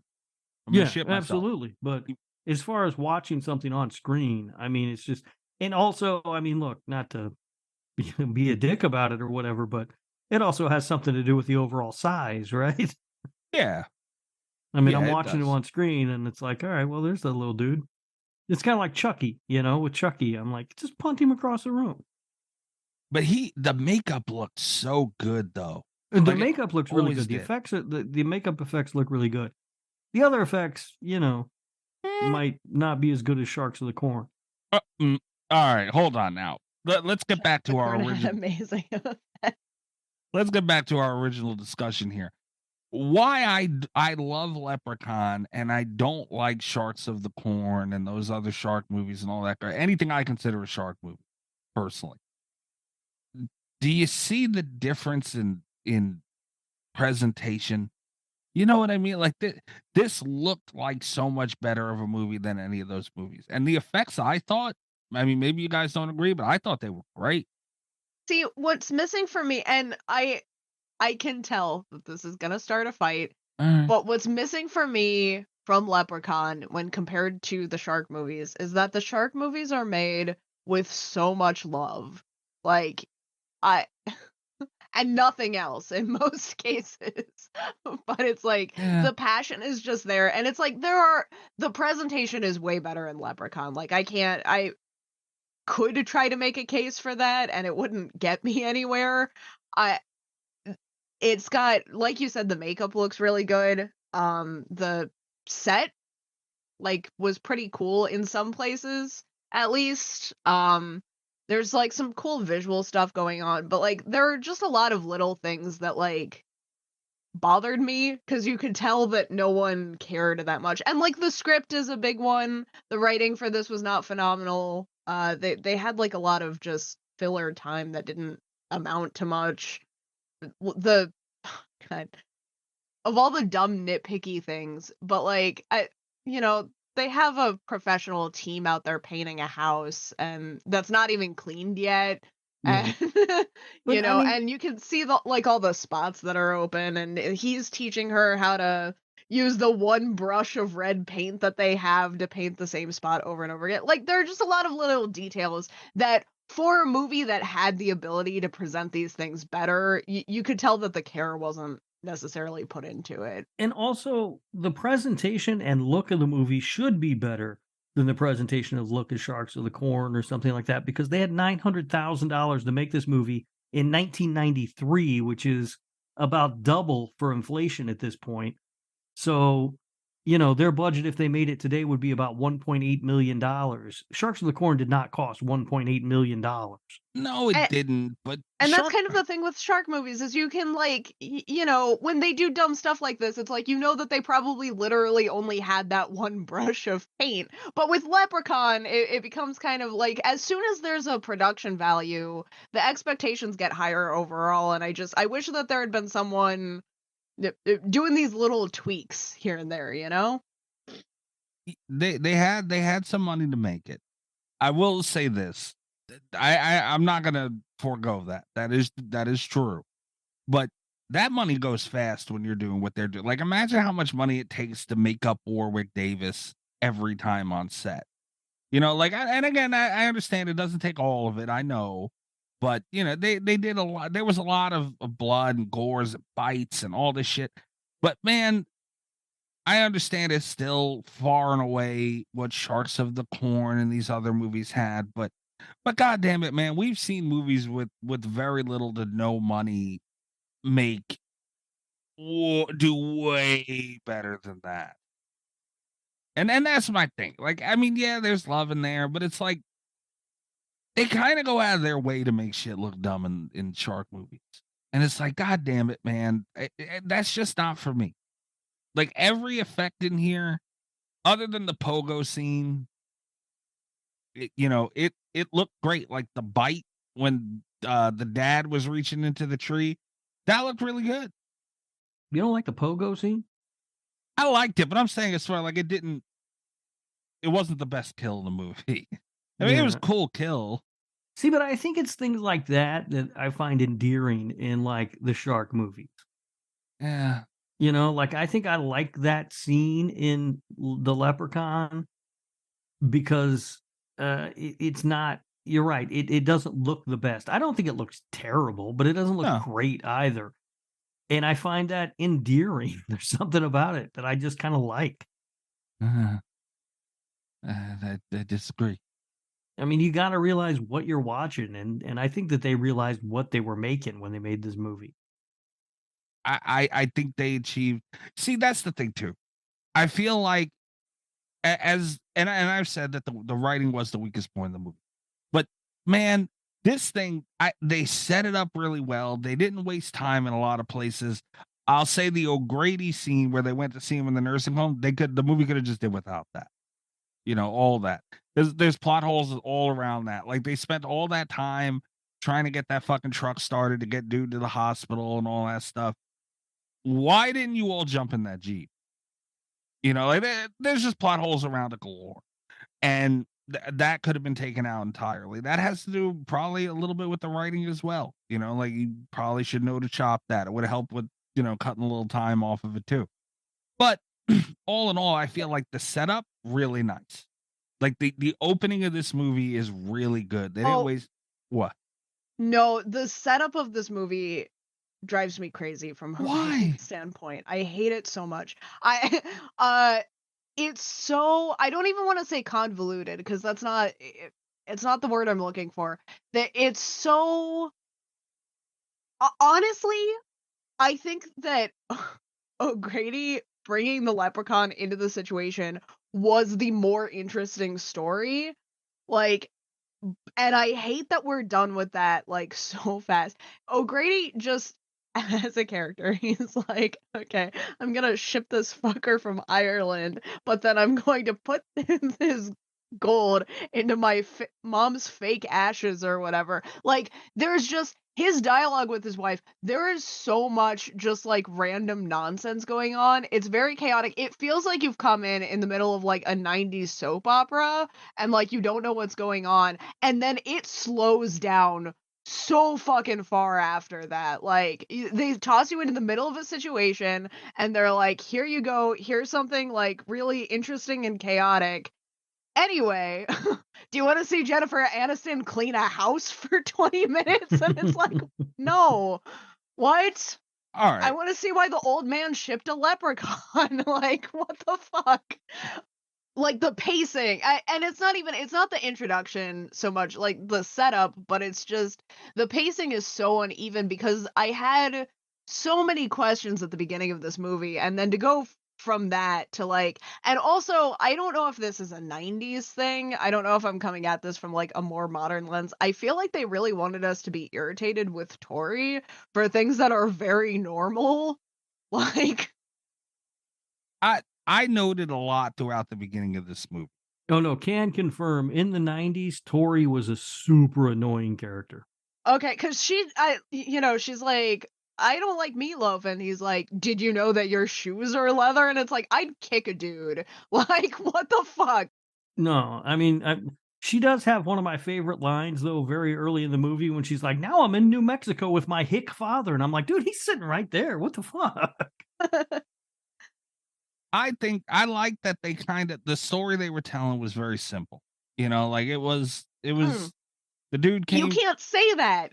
You I can't say can. that. No, you cannot say that a story is simple when it opens with a guy in poverty convinced he's a millionaire that opens up a fucking box with a leprechaun in his basement. I'm sorry. There's a lot going on there. It's not a simple setup. It's just an abandoned setup. No, Like, it's, you know, the leprechaun. That's the story of them. Like leprechauns are known, you know, like they have the pot of gold. If you catch them, they got to give you the gold, the whole thing. This motherfucker wants it back. So he followed him all the way from Ireland. That's open shut. You know, like that's believable. Like, I mean, it as far as normal people, of course not, no, but we're watching a horror movie about a killer leprechaun. He wants the gold back. He followed him. You know, I mean, that's that. I like that they didn't waste much time on that. But they wasted time on house cleaning. Like, that's the thing. You're right. There are a lot of stories that I spend too much time on exposition. Leprechaun could have easily been one of those, like, we're going to tell you the story of a leprechaun for 90 minutes, and they didn't do that. But they chose to use that time on stuff that I cared about even less somehow, and that irritates me. I didn't mind what the switch to, because they started that story. Because you're in love with Jennifer Aniston. Well, even that was nice too. But I also noted, like, the father, he was pretty, like, he was just pretty much there dealing with her bullshit. And then you had what's his name, Nate, who's there, and he's a fucking handsome guy. And then they have their back and forth. The characters were very, very like typical run of the mill characters in the 90s. You had fucking Ozzy, who was like the big dumb dude. You had the smart mouth little kid. You had the handsome guy. You had the beautiful girl. Very simple horror movie setup. They didn't waste any time on that, which was nice. There was 10 minutes between seeing the Leprechaun the first time with O'Grady and then another 10 minutes where you see him again in the basement. Was that Ozzy. only 10 minutes? It was only 10 minutes. That felt so much longer to me.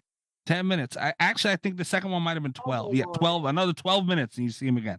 So you had 10 minutes with the O'Grady's, then 12 minutes. And I like that, man. Like, I don't know. I just like those characters. Like, they had their back and forth. It was stupid. It was, it wasn't bad to me. And then you had Warwick Davis again. You got to spend a good amount of time with him. We had the whole back and forth with Ozzy. Then before you know it, he's under the truck, and then you get him again. I felt that they kept me entertained throughout.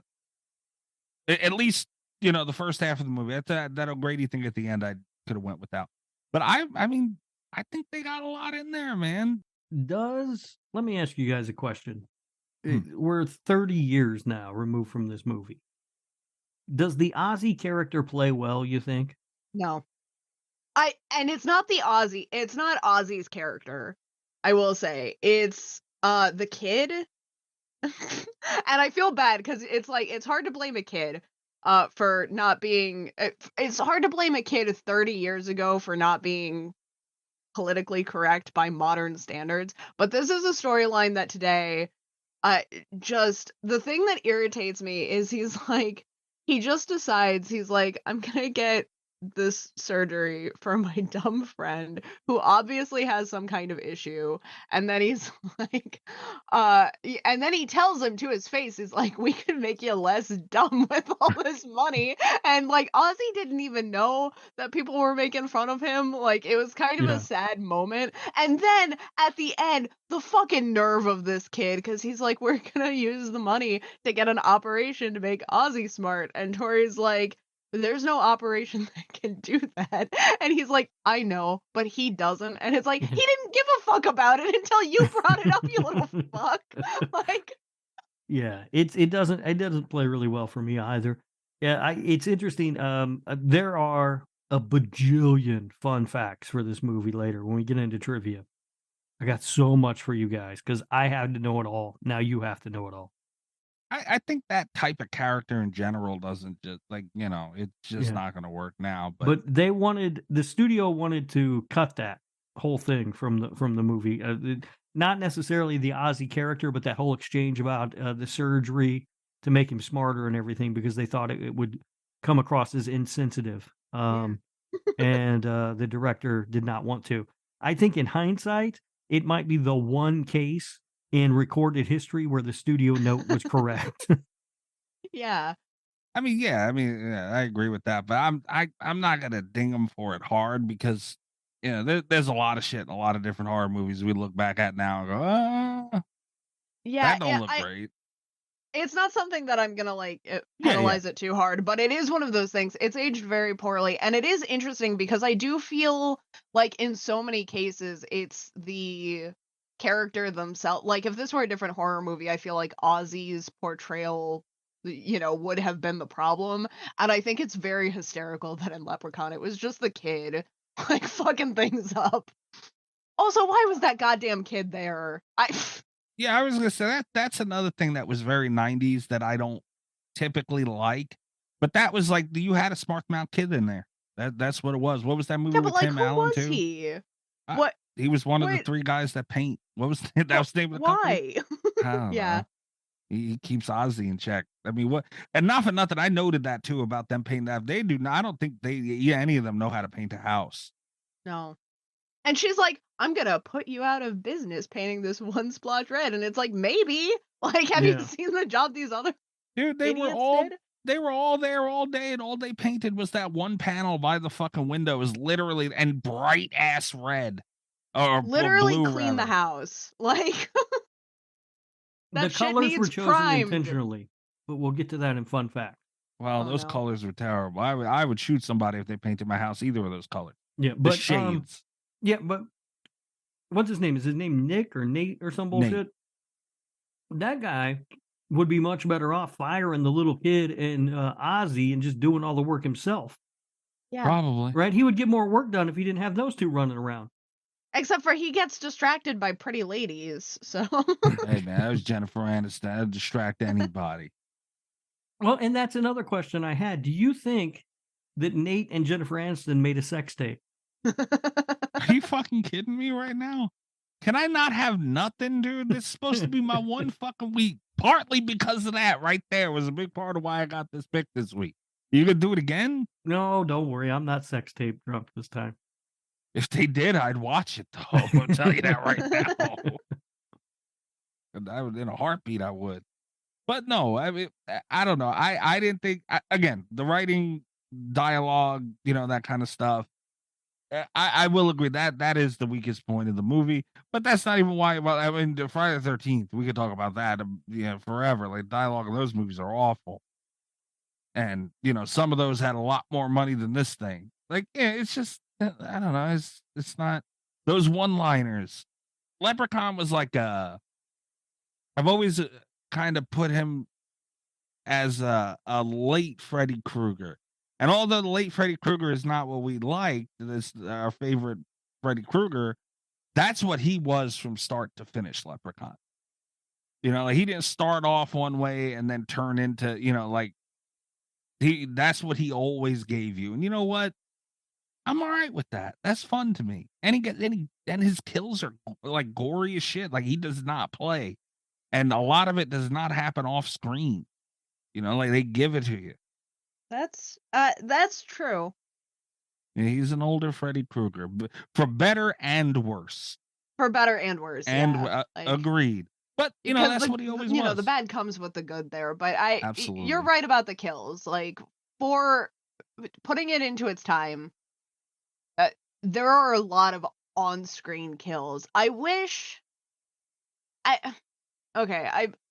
cycling back around to the pogo stick here for a second. I wish that there had been more creative deaths like that. Like just kind of, not that it was the best kill in the movie, not that it looked the best, but I just, he's he's a whimsical horror villain, and I kind of wish that they had leaned into that a little bit more, because the pogo stick death was something that we hadn't seen, Yeah.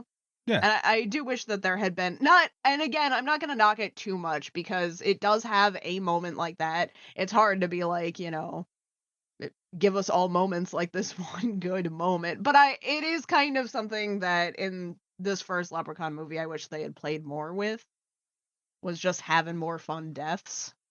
Yeah. I think the cop death was by far and away that was my best scene of the movie. I could agree. No, honestly, I prefer the pogo death. I think it was the best kill in the movie.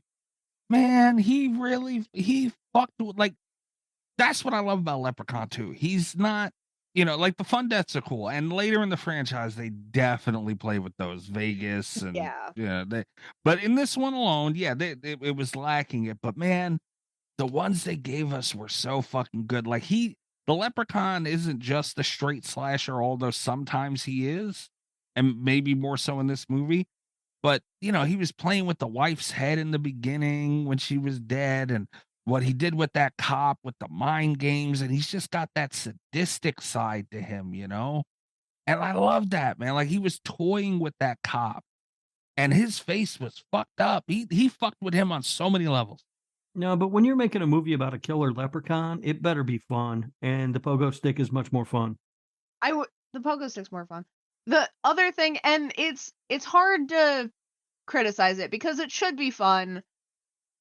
And I think this might have taken away from it. It could have been easy to, try and take this too seriously, but there are just and again, it's the lack of care because there are just these little things.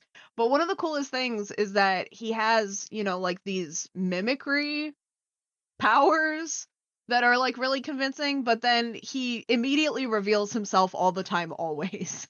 And it's like, I would have liked to see more of the mind games a little bit, and not even because you do too much of it and it becomes, like a psychological horror movie, and that's also not what I want from Leprechaun, but just a little bit more of like turning people against each other, luring more people away. A lot of it is like, luring people into one specific room to hop out at them with a weapon, and it's like, it's a cool lore thing that they decided to give this villain and then really underutilize. I think the most effective use of it is actually like the cat meow, Yeah. and that's kind of a bummer because like we know he can mimic voices and that's cool as shit.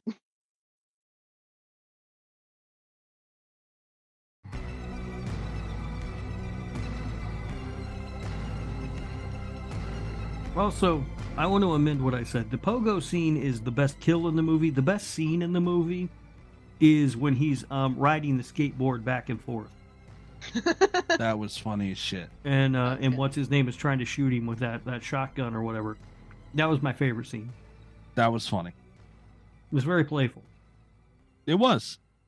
And that's what I mean. Like, this movie, some of the stuff might not have been done perfectly, and there might have been things that could have been done a little differently, maybe more extensive, maybe less extensive, whatever the moment called for.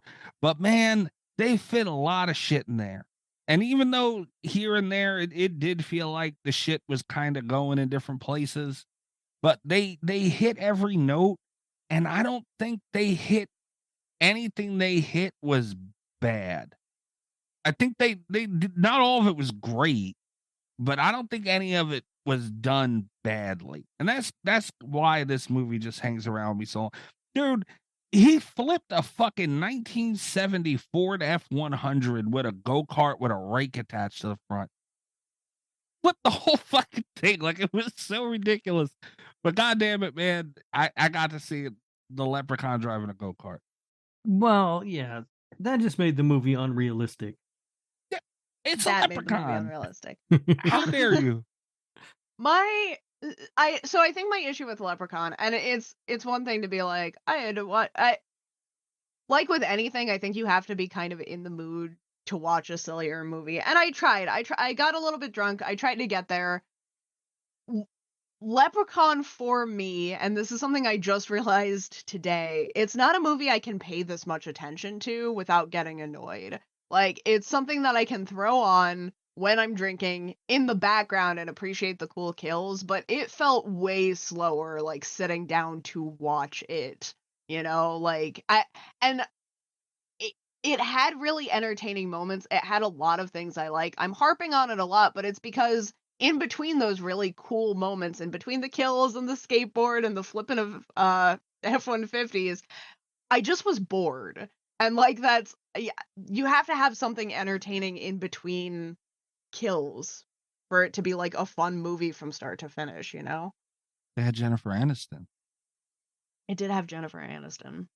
That's my argument. It's bulletproof, guys. It has Jennifer Aniston.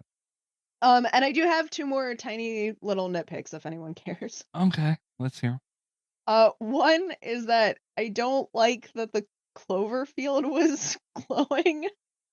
And then I was irritated with that, and then the second time they showed it, it was not glowing, and that somehow irritated me more. That it glows inconsistently drove me crazy.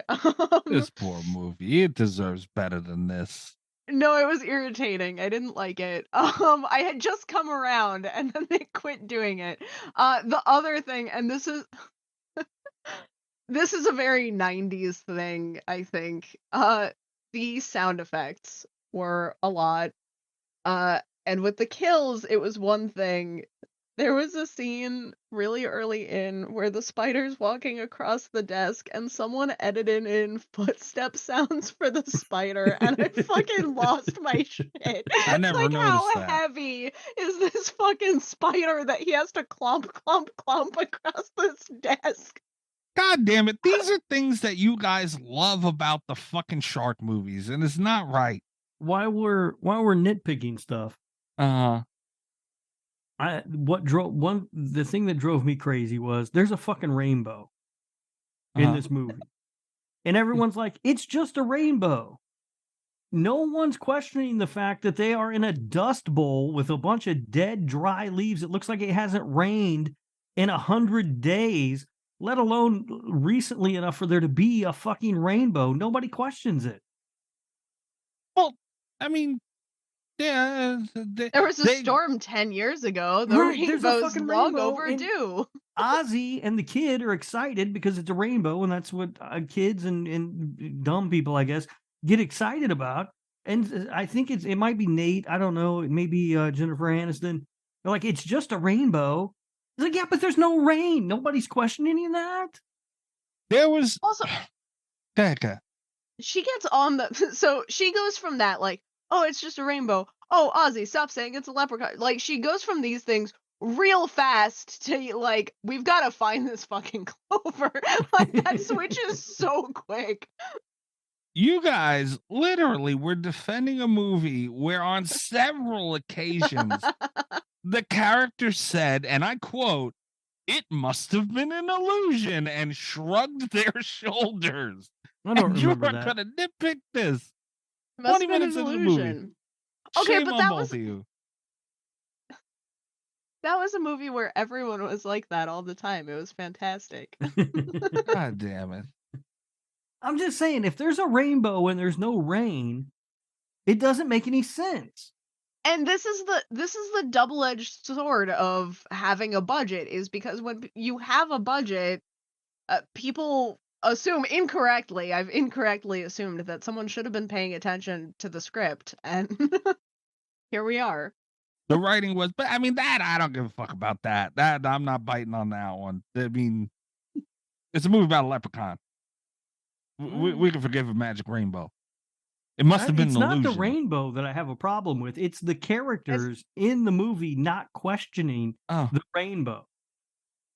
It must have been an illusion. The rainbow's like the magic leprechaun thing with the rainbow, the pot if of Jennifer gold, Aniston had said it must have been an illusion, I would have forgiven it. Right. Instead, they're like, it's just a rainbow. Yeah, but it hasn't rained. A girl it doesn't make any sense. A girl ran into a house screaming and crying, saying there's a decapitated head that floated out of a well and bit her in the ass. And nobody blinked an eye. Yeah, you'd think that woman was crazy. Who would make something like that up? Or who would believe that that was real? Shame on the both of you. They saw the rainbow and they didn't question it. It didn't make any sense. And then the absolute last note that I have is Nate says, I put 6 rounds into that thing at one point. Is that an homage to Dr. Loomis saying he shot Michael 6 times? Probably. They had a couple of callbacks to things in here. Yeah, I didn't notice. That was the only thing I noticed. Yeah, they had a couple of things that I thought could have been anyway. You know, who knows? But I don't remember off the top of my head what they were. But I remember looking at that and wondering a couple of times.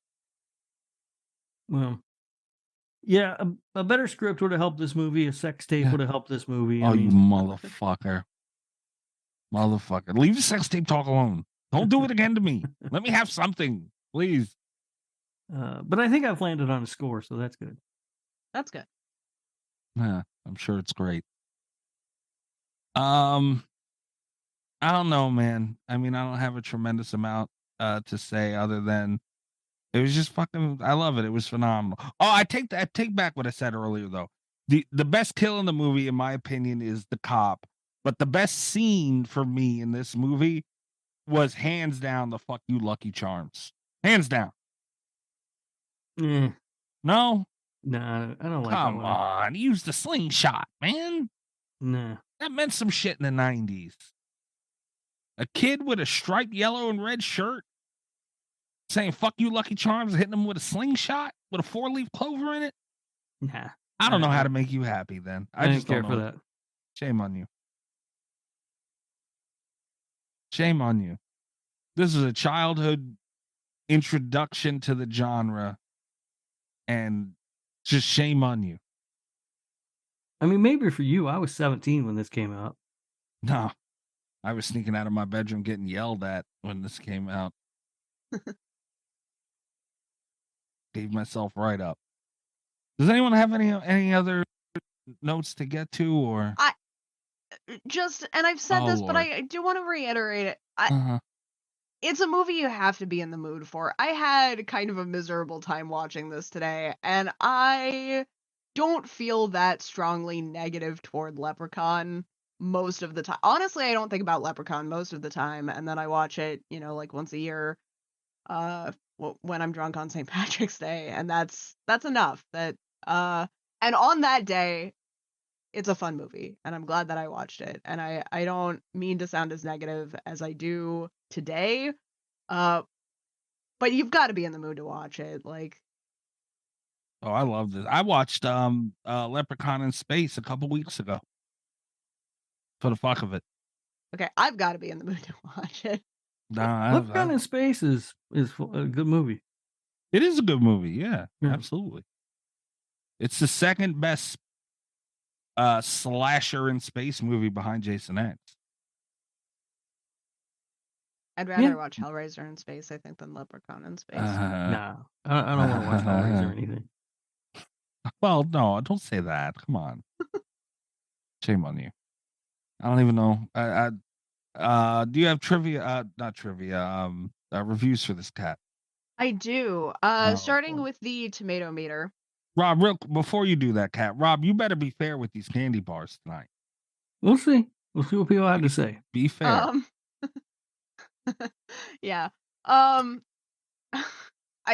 think this is going to be a situation where the candy bars might have to go to the higher ratings for a change. But we'll get there. Yes. You're going to agree once you hear them. But starting with the ratings, the tomato meter, the official tomato meter for this is 27%. Get the fuck out of here! Critic score. This is the lowest of our 3 scores. Moving to the audience score, it is a 32%. That's disgusting. IMDb has it at a 4.8 out of 10, though. So nah, that's still gross. Shame on them. There's that.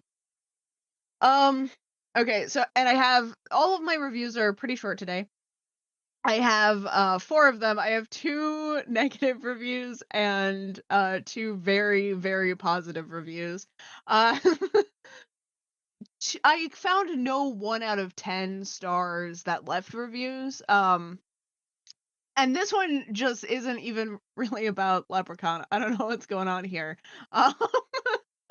But 2 out of 10. Is it about Dora the Explorer? It's not about Dora the Explorer. I don't know what it's about. We'll figure it out together. The title of this is Paranormal Activity. What? And the review goes as follows. This movie is boring, stupid, not scary, and bad effects. I have not seen SCENE, the sequel, but I don't have high hopes for it. And they make so many sequels with an apostrophe to this piece of crap. There's 2, 3, and 4. They are making a 5th one. The reason I think they make them is they are so easy to remake. The only so many sequels. There's 2, 3, and 4. Is he out of his fucking mind? The only good part was the end, and that's not that good. So here are some things you should bring with you to see the film. A pillow, a DS, a blanket, a better movie, must have. I did not bring any of this. Good luck. What, Rob? Come on, man. No, I can't candy bar that. That's funny. That's not funny at all, dude. Like, most of those sequels he mentioned were good. Especially right, but 3 and 4. 3, 4, and 5. It's funny. Plus, I'm not entirely convinced he didn't write a review about Paranormal Activity. That's my favorite and just part. Posted it in the wrong spot. Is that I genuinely don't know if this is for Leprechaun. I don't think he means there's no, and that's bullshit too if he's talking about Paranormal Activity, but I don't like him one way or another. I will well, hold on. How many paranormal... This was posted in 2013. How many Paranormal Activity movies were there in 2013? Were they making a fifth one? It sounds about right. Let me see. Hey, Alexa. When did Paranormal Activity 5 come out? The film Paranormal Activity, the marked ones, was released on January 3rd, 2014. Oh? So 2014 is when the fifth one came out. That checks out. They would have been making it in 2013. Why are you doing the Alexa thing, though? What? It's easy. It's helpful. You know I don't like that. Why? You're going to spend all that time typing it in and stuff. I can just ask her. I literally found it as she started saying it. Oh. I did too, and I didn't have to type anything. Don't do it no more. I don't like it. Anyway, no. Stop with the Tony dance. Yeah, no more dances. No more till next week. But no, I'm still just as mad at that. The fuck does he mean the Paranormal Activity one's a piece of shit? No. Also, I think it's very funny if he is leaving a Paranormal Activity review to just title the review Paranormal Activity. There's just a lot going on in this review. What the fuck? If he did that might be our next CSIMDB, is to see if there are more of these anomaly reviews. Yeah. Dumbass. Like, if he did mean to put it under Paranormal Activity, out of all the movies to get to, not The Exorcist or Conjuring, fucking Leprechaun.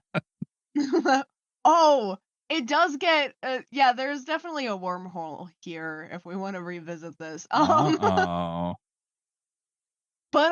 so that's our first one. Our next one had just a very unsettling sentence in it. So we have to talk about that also.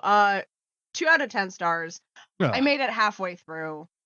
Half is all I could stomach. Not that it was such a big hearty meal I couldn't finish it all. This was a meager meal of such foul taste that I forced myself to eat half of it out of courtesy and deference to Jennifer Aniston. An ugly leprechaun is after his pot of gold, and he'll kill to get it. If that premise sounds bad, seeing that premise in action is much worse. I was curious. You have to call the man ugly. I was curious and a wee bit excited when I saw Aniston's name. All I can say about her appearance in this movie is that you've got to start somewhere. That's some bullshit right there, man. I mean, I don't know. What did you expect? Like, are you a Friends fan and you just found out about the Leprechaun and watched it? Like, and you were expecting Chandler and shit? Like, dude, you're watching a horror movie about a leprechaun. What do you want him to look like? Come on. You look great. That's a non-horror fan, because you look at something that ugly and hideous and disgusting in a horror movie, and you're like, wow, that looks great, you know? Damn. I can confirm from the other reviews that he is not a horror fan. There you go. Fucking. Oh my god, I take it back. I scrolled through the first page to see like what kind of movies there were, and there were not any horror movies on there, but this user has left 3,609 IMDb reviews. So this is not an adequate sample size here. What the fuck? You need a hobby, sir. Jesus Christ. You have about those on fucking Letterboxd. Yeah, but I didn't write reviews. You didn't write reviews. You just. That's right. I mean, I rate them, but that's just clicking a button. That's super fair. That's true. Good point. All over the place, this guy. So yeah, he might or might not be a horror fan. He ain't no horror I'm not fan. scrolling through all 3,000 of these reviews. I can tell just on that alone. Warwick Davis looked Kat, great. for next week, we need you to go through and break it down into a pie chart percentage wise of what genres his reviews fall in. All right, so but I am going to make it up. Picture.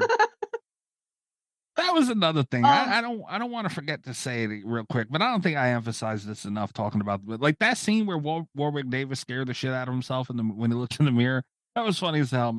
Warwick Davis did a phenomenal job in acting in this movie. I understand his dialogue wasn't the greatest thing in the world. Some of it's supposed to be cringe, But like his reactions to things and like he just owned that fucking character, man. All right. Just wanted to say, praise to Warwick Davis. Mikey, here we get into the positive reviews for you. All right. 10 out of 10. The review is called Diddle Dee Dee. Oh.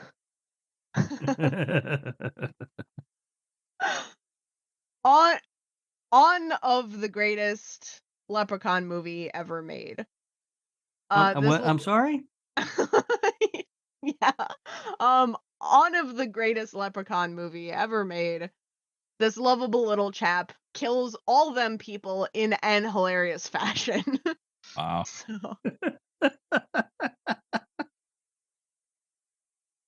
Damn. That's where we're at with that one. That's the one you had to pick, huh? That's the positive one I get. All right. Well, that's the guy that liked it. That's the guy that liked it.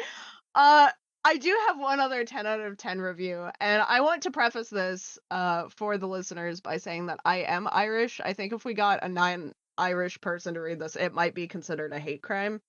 I'm sorry, is Valor an Irish name? No. I'm no. It's a French name. I'm French Irish. I'm Irish on my dad's side. Okay. Are you ready for this? Yes. 10 out of 10. The Irish really are the greatest storytellers in the world. Attention all ye Americans and English! ! We aside, that's the we people for those of ya that don't know. Want to tell ya about the time when one of ours had an encounter with Jennifer Aniston. I know that you Americans think of her as the woman on Friends or as Brad Pitt's ex, but it was a fine job she did here. She must have had the luck of the Irish. Anyway, Leprechaun portrays a bunch of modern day people getting chased by one of ours. FYI, the title character was played by Warwick Davis, who also starred in the Harry Potter movies and even appeared in Ray, as a man whom Ray Charles met in Seattle. And who the fuck was he in Harry Potter? Professor Flitwick, I think. I don't remember that. Or pretend I don't know that off the top of my head. Either one. What, he doesn't mention Willow? No. All right. Harry Potter and Roy. And can a humble Irishman like me make one last request? Ye Americans need to get over the Brad and Jennifer breakup. There's more important things in the world. That kind of was a big deal, wasn't it?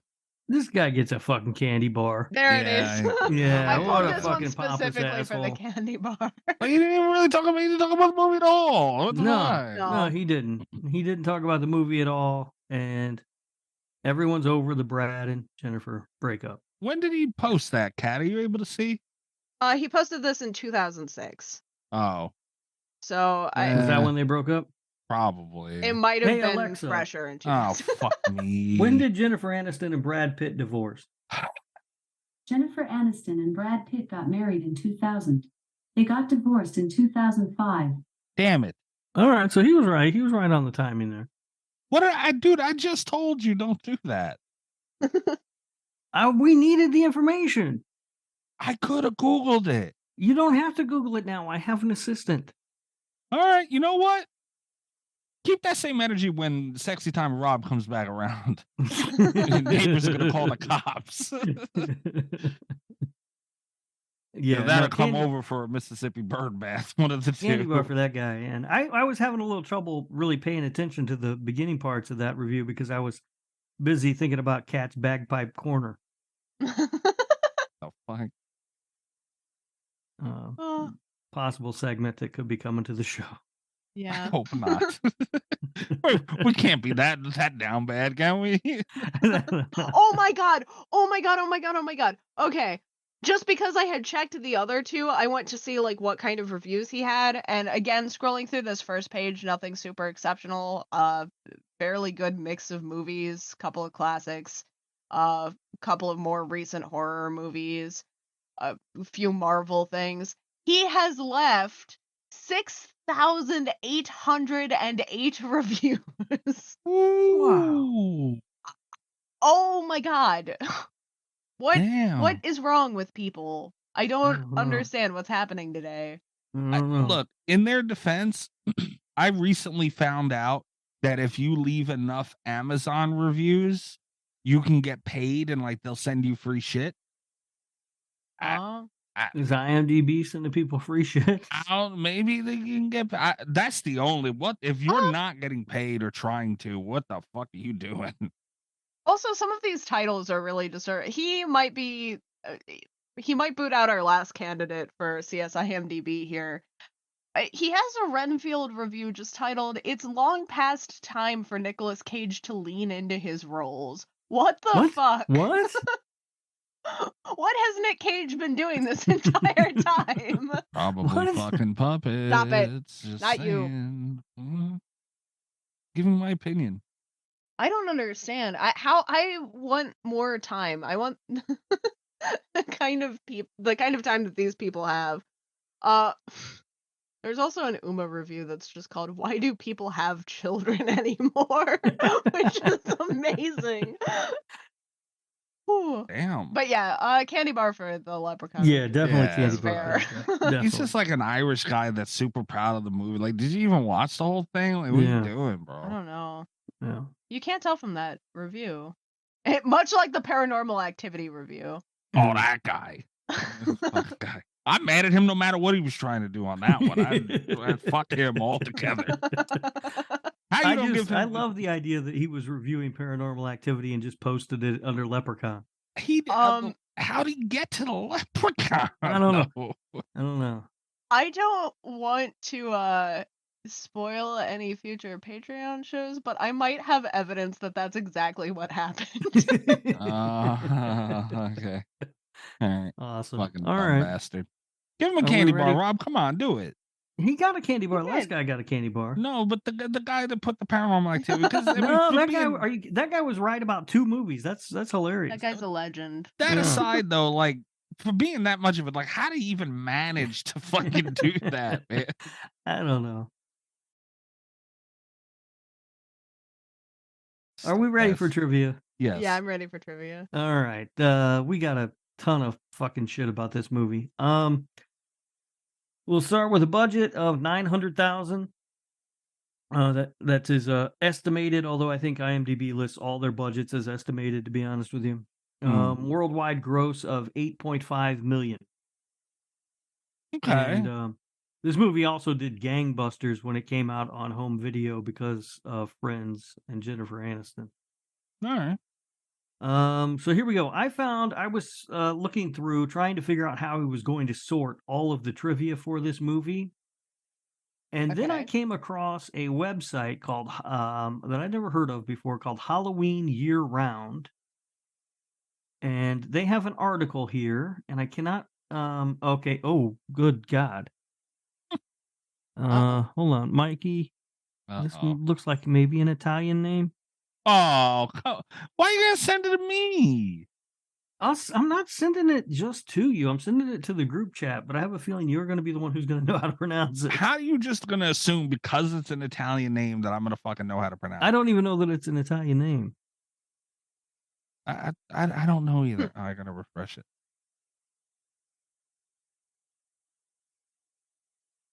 Yeah, that's a Mikey name. Yeah. How do you say that, Mikey?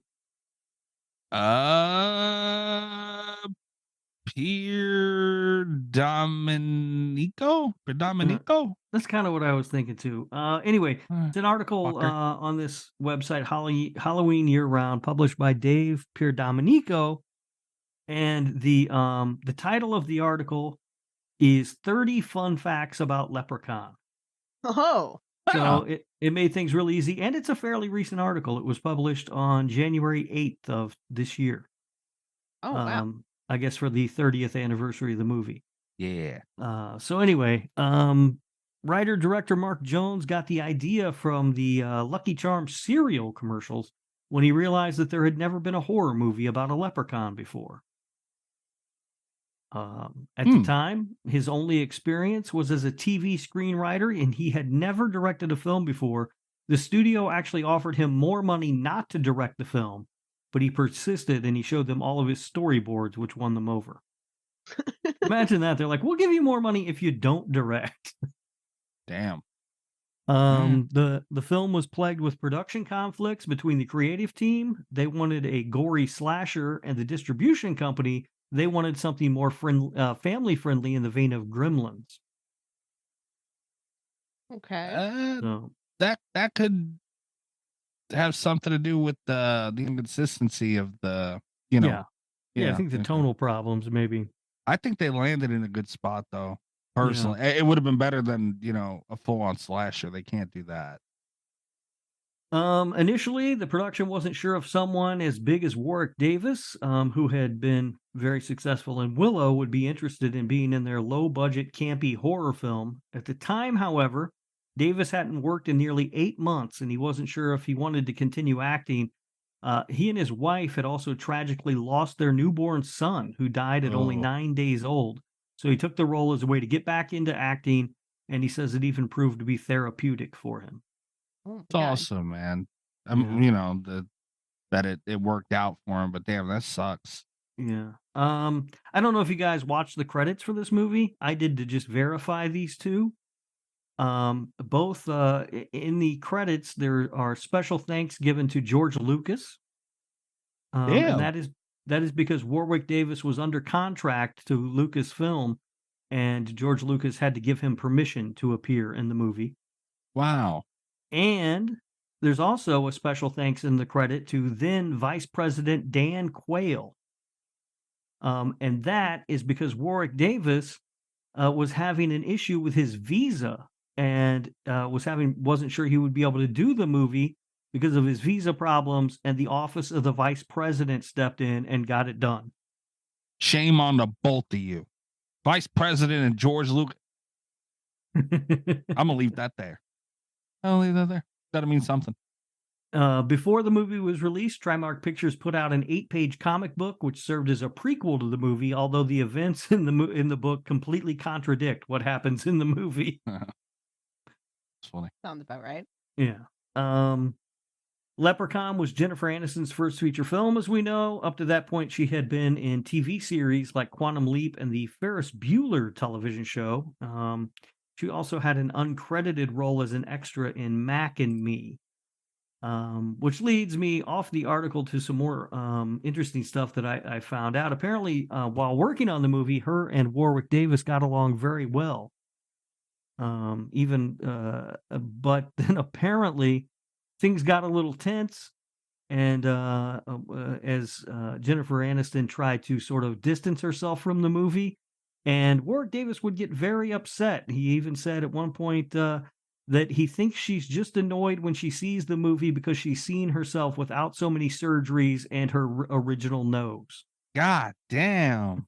Wow. Whoa. Yeah.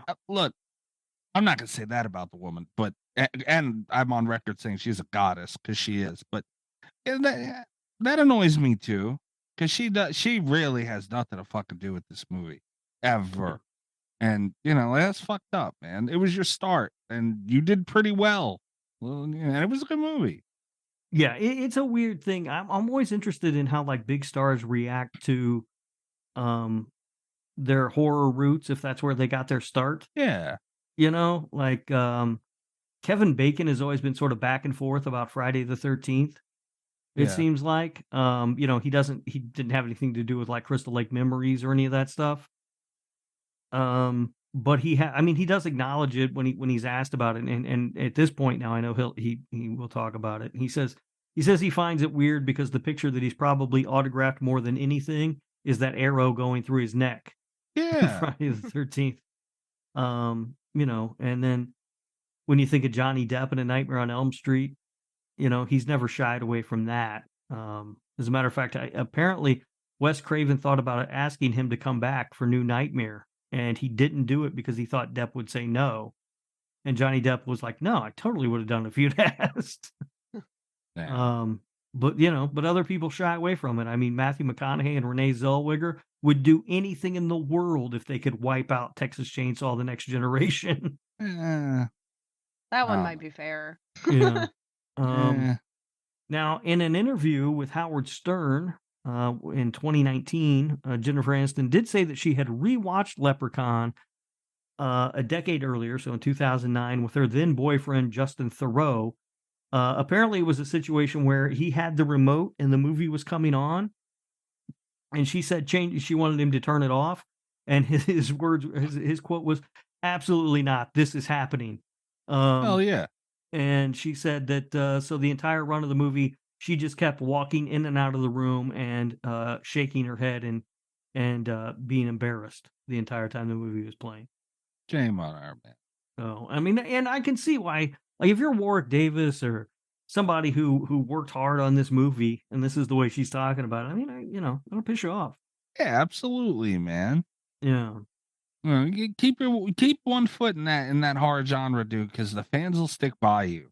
Yeah, and I know we're not the majority, but goddamn it, we're the most loyal. I'd guarantee that.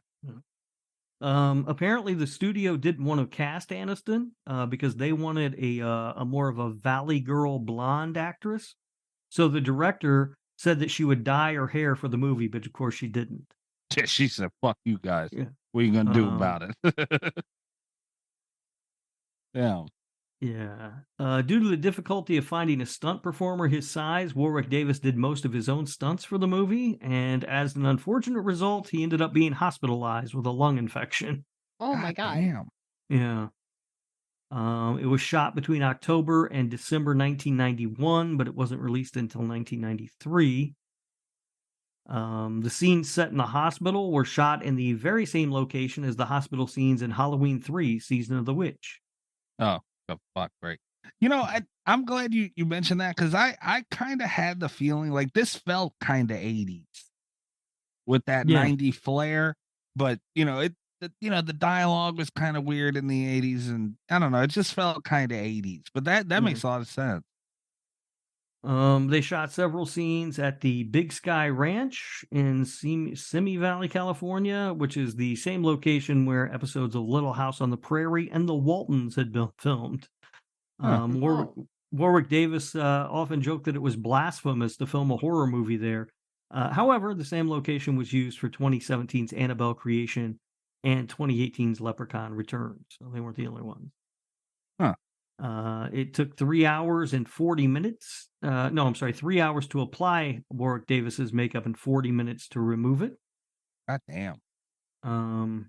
Warwick Davis admitted that the platform shoes were difficult to walk in, but he felt like they became a vital part of the character as it led to sort of giving the leprechaun his distinct walk. And actually, I believe he insisted on wearing those shoes throughout every single sequel that came up that he was in. That's his Speaking of character. shoes, I've often joked on this show about the LA Gears that Jennifer Aniston wears. Throughout the film, there are many shots that linger on close-ups of the character's shoes, and it's to give us the leprechaun's point of view. He's obsessed with shoes. And each character has their own individual shoes to match their personality. Tori has LA Gears, Ozzy has Chuck Taylor All-Stars, and Alex has Reebok. And none of those brands sponsored the movie, but they all got special thanks in the credits, along with Dan Quayle and George Lucas. Look at them doing the right thing. Yeah. During the wheelchair chase scene, Jennifer Aniston had to run in slow motion because it was difficult for Warwick Davis to control the wheels with prosthetic hands. Oh, that's funny. Yeah. Due to its R rating, children under 17 weren't able to see it in theaters. Mark Jones claimed that fans had told him that they bought tickets to see The Muppets Christmas Carol, which was playing in the same time, to sneak in to see Leprechaun. Nice. Yeah. Jennifer Aniston at one point, we touched on this already, said she didn't think her career would survive being in The Leprechaun. Oh, come on. She was, however, at one point in negotiations to appear in the sequel, but her career with Friends took off and she was no longer available or interested. Damn. That's fucked up, man. We talked about how it grossed $8.6 million at the box office on a $900,000 budget, but it did reportedly make another $15 million in VHS purchases after Jennifer Aniston became much more famous in Friends. So it paid off for him a little bit. Hell yeah. Mark Jones has defended the film, saying he wasn't trying to make The Exorcist or Rosemary's Baby. There was a fan base that understands what I was doing, and I never took myself too seriously. Nice. That's fair. Leprechaun won the Worst Film Award at the 1993 Fangoria Chainsaw Awards. It was also nominated for Best Makeup, but it lost to Army of Darkness. How the hell? All right. What? Win the worst and then almost win the best or something. How the fuck does that work? I'm skipping through some of these here. We've got, okay, last two.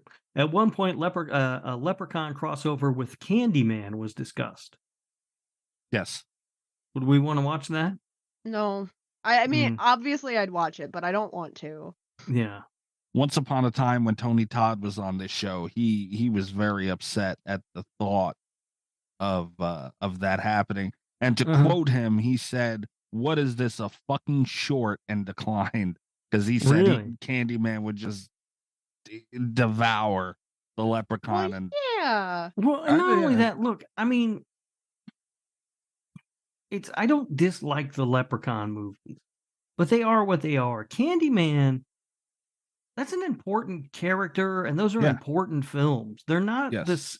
It's not like Freddy versus Jason. Yeah, if there had been 12 Candyman movies and he had eventually devolved into something crazy, that would be a different story. But there were not. There were like a few core films, and no. Yeah, no, I don't see the fit there at all. Last one, Kat, this one just for you. Darren Lynn Bousman has campaigned on Twitter for the chance to direct a reboot of Leprechaun, potentially bringing Warwick Davis back to the role. Yes. There you go. Although Warwick Davis, I believe it said he is not doing it. Yes. Right? He's not interested in doing another one. He doesn't want to do horror anymore. Yes. Which seems honestly, maybe a little hypocritical of him to go after Jennifer Aniston so hard and then turn his back on the genre.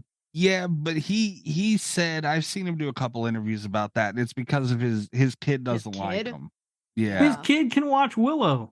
Yeah, but I mean, your kid doesn't have to watch everything. The difference is, and I agree. I'm not crazy about it either because I want to see him do another one, and I think he's great.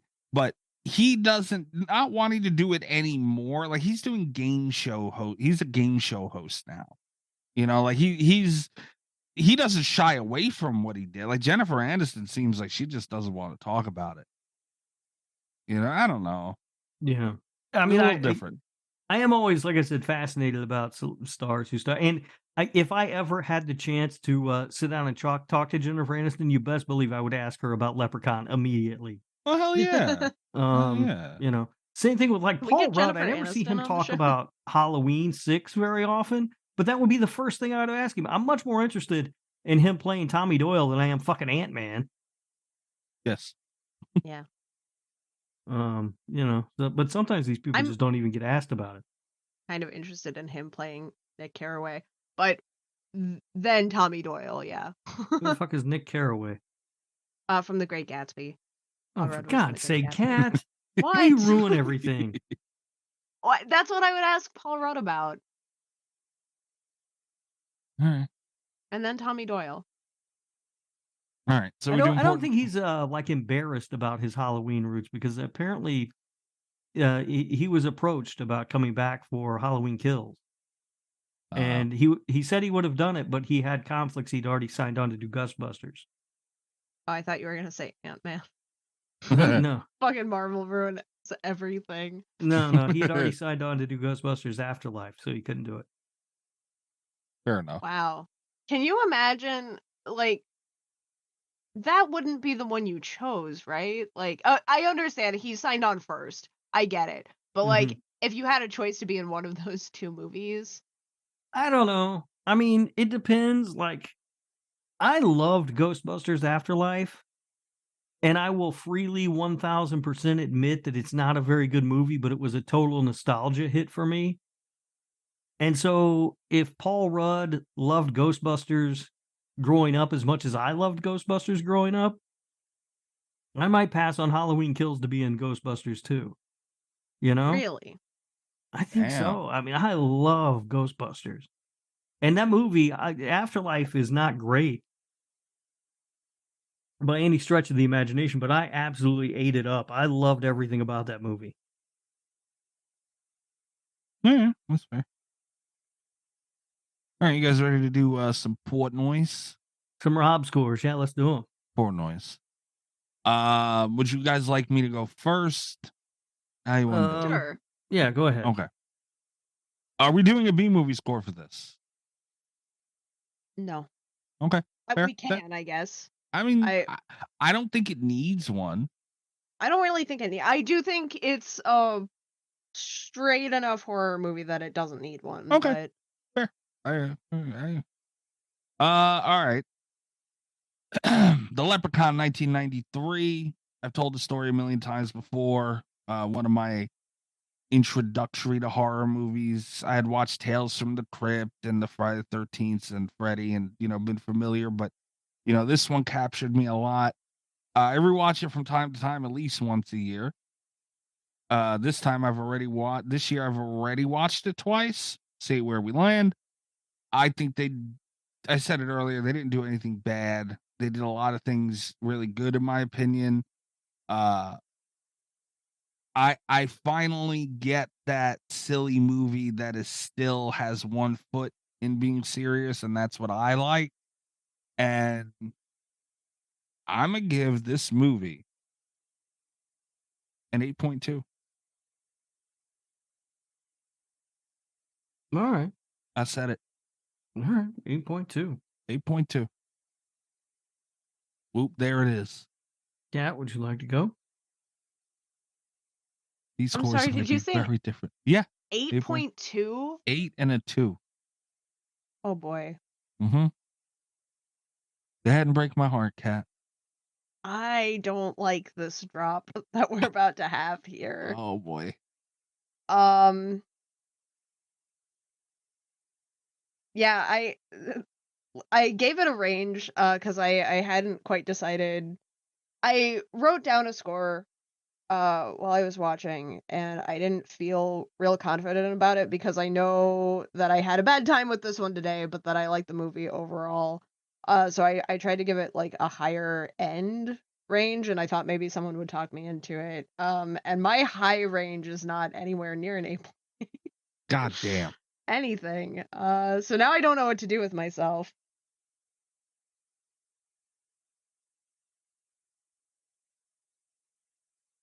Rip the Band-Aid on off. Would you like me to go? What you think? Sure. Yeah, I can't get there. I can't yeah. All right.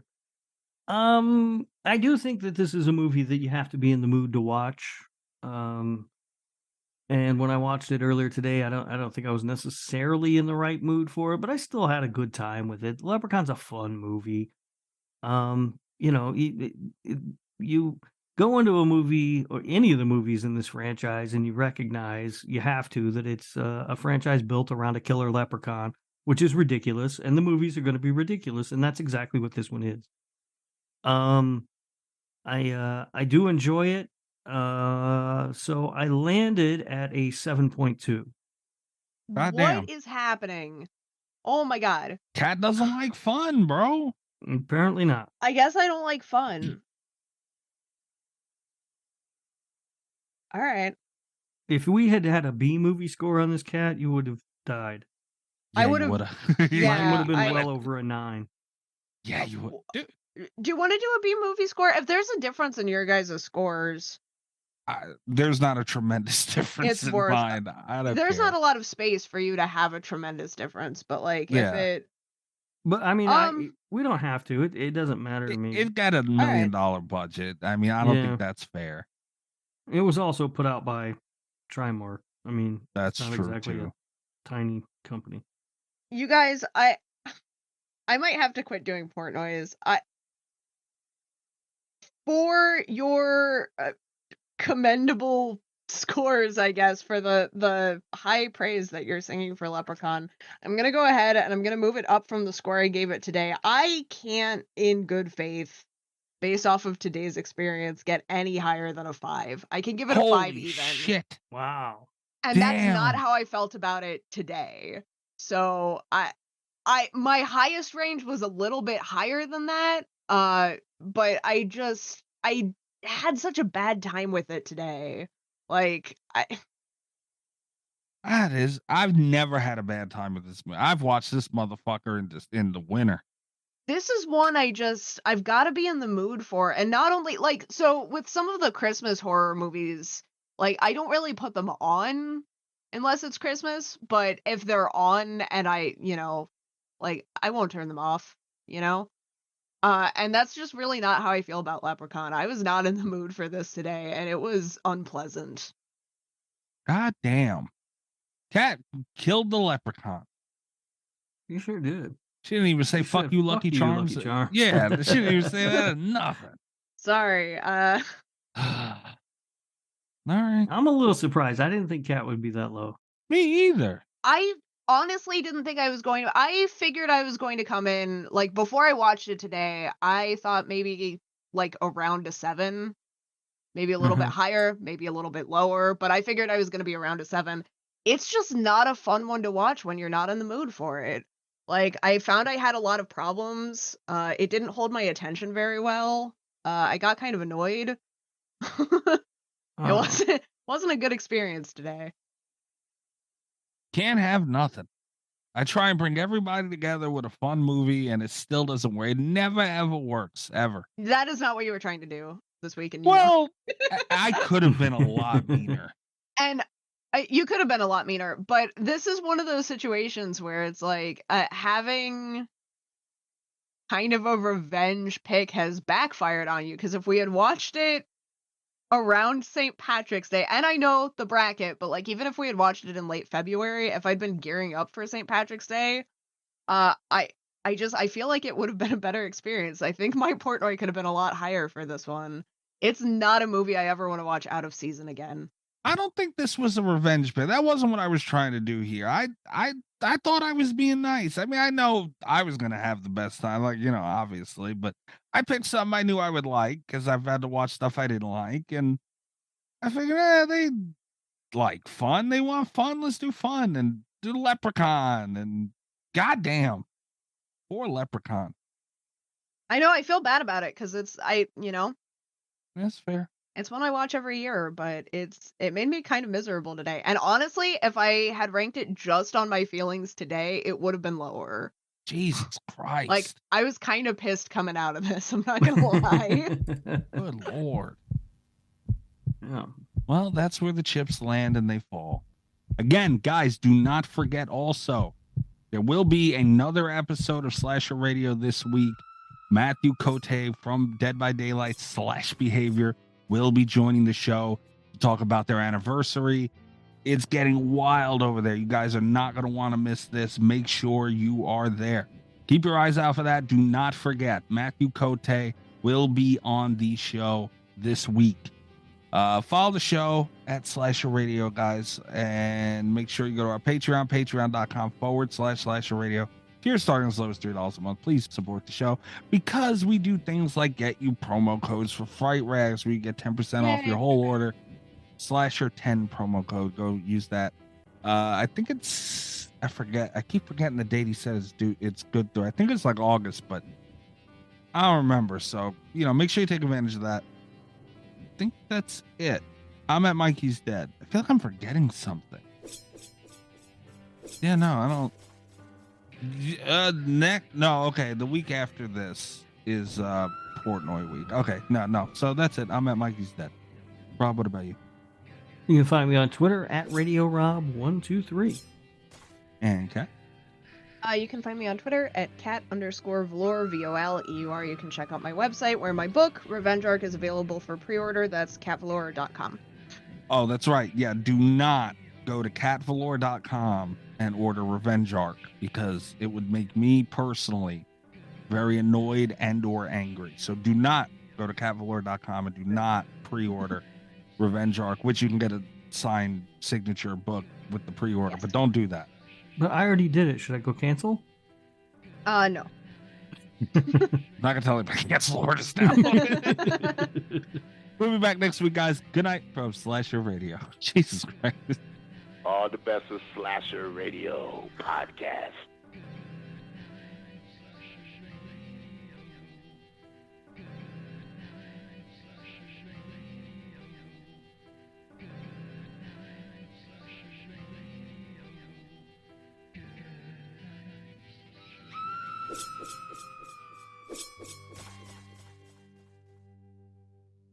When your company earns unlimited 2% cash back on all purchases with Capital One, that's serious business. So Steven at SandCloud got a serious business card, the Spark Cash Plus card from Capital One.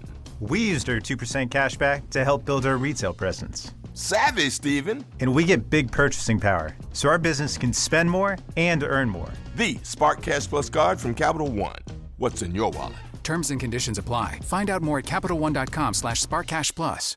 If you're a podcast host, listen up, this one's for you. My name is Allie Jackson. I'm the host of Finding Mr. Height, a dating and relationship podcast that I've been doing for 4 years now, sharing my positive and practical approach to dating that's built on my own life experience. And I wanted to share another experience that I've had, my secret behind monetizing my show. It's called Red Circle, and I was just telling my colleague about how much I love their platform. With Red Circle, not only am I getting a seamless hosting experience, but I also love the support I receive in ad sales. It's not just typical ad sales either. It's targeted opportunities based on my show and my life. And the platform is super simple. You just set your preferences and Red Circle matches you with sponsors that align with your show. You can vet every opportunity and their platform gives you great analytics. More recently too, my Red Circle team has brought me opportunities outside of my podcast on social media to really augment the podcast partnerships, bring them full circle. I just can't recommend them enough. If you want to give it a try, go to redcircle.com to get your free trial. That's redcircle.com for a free trial.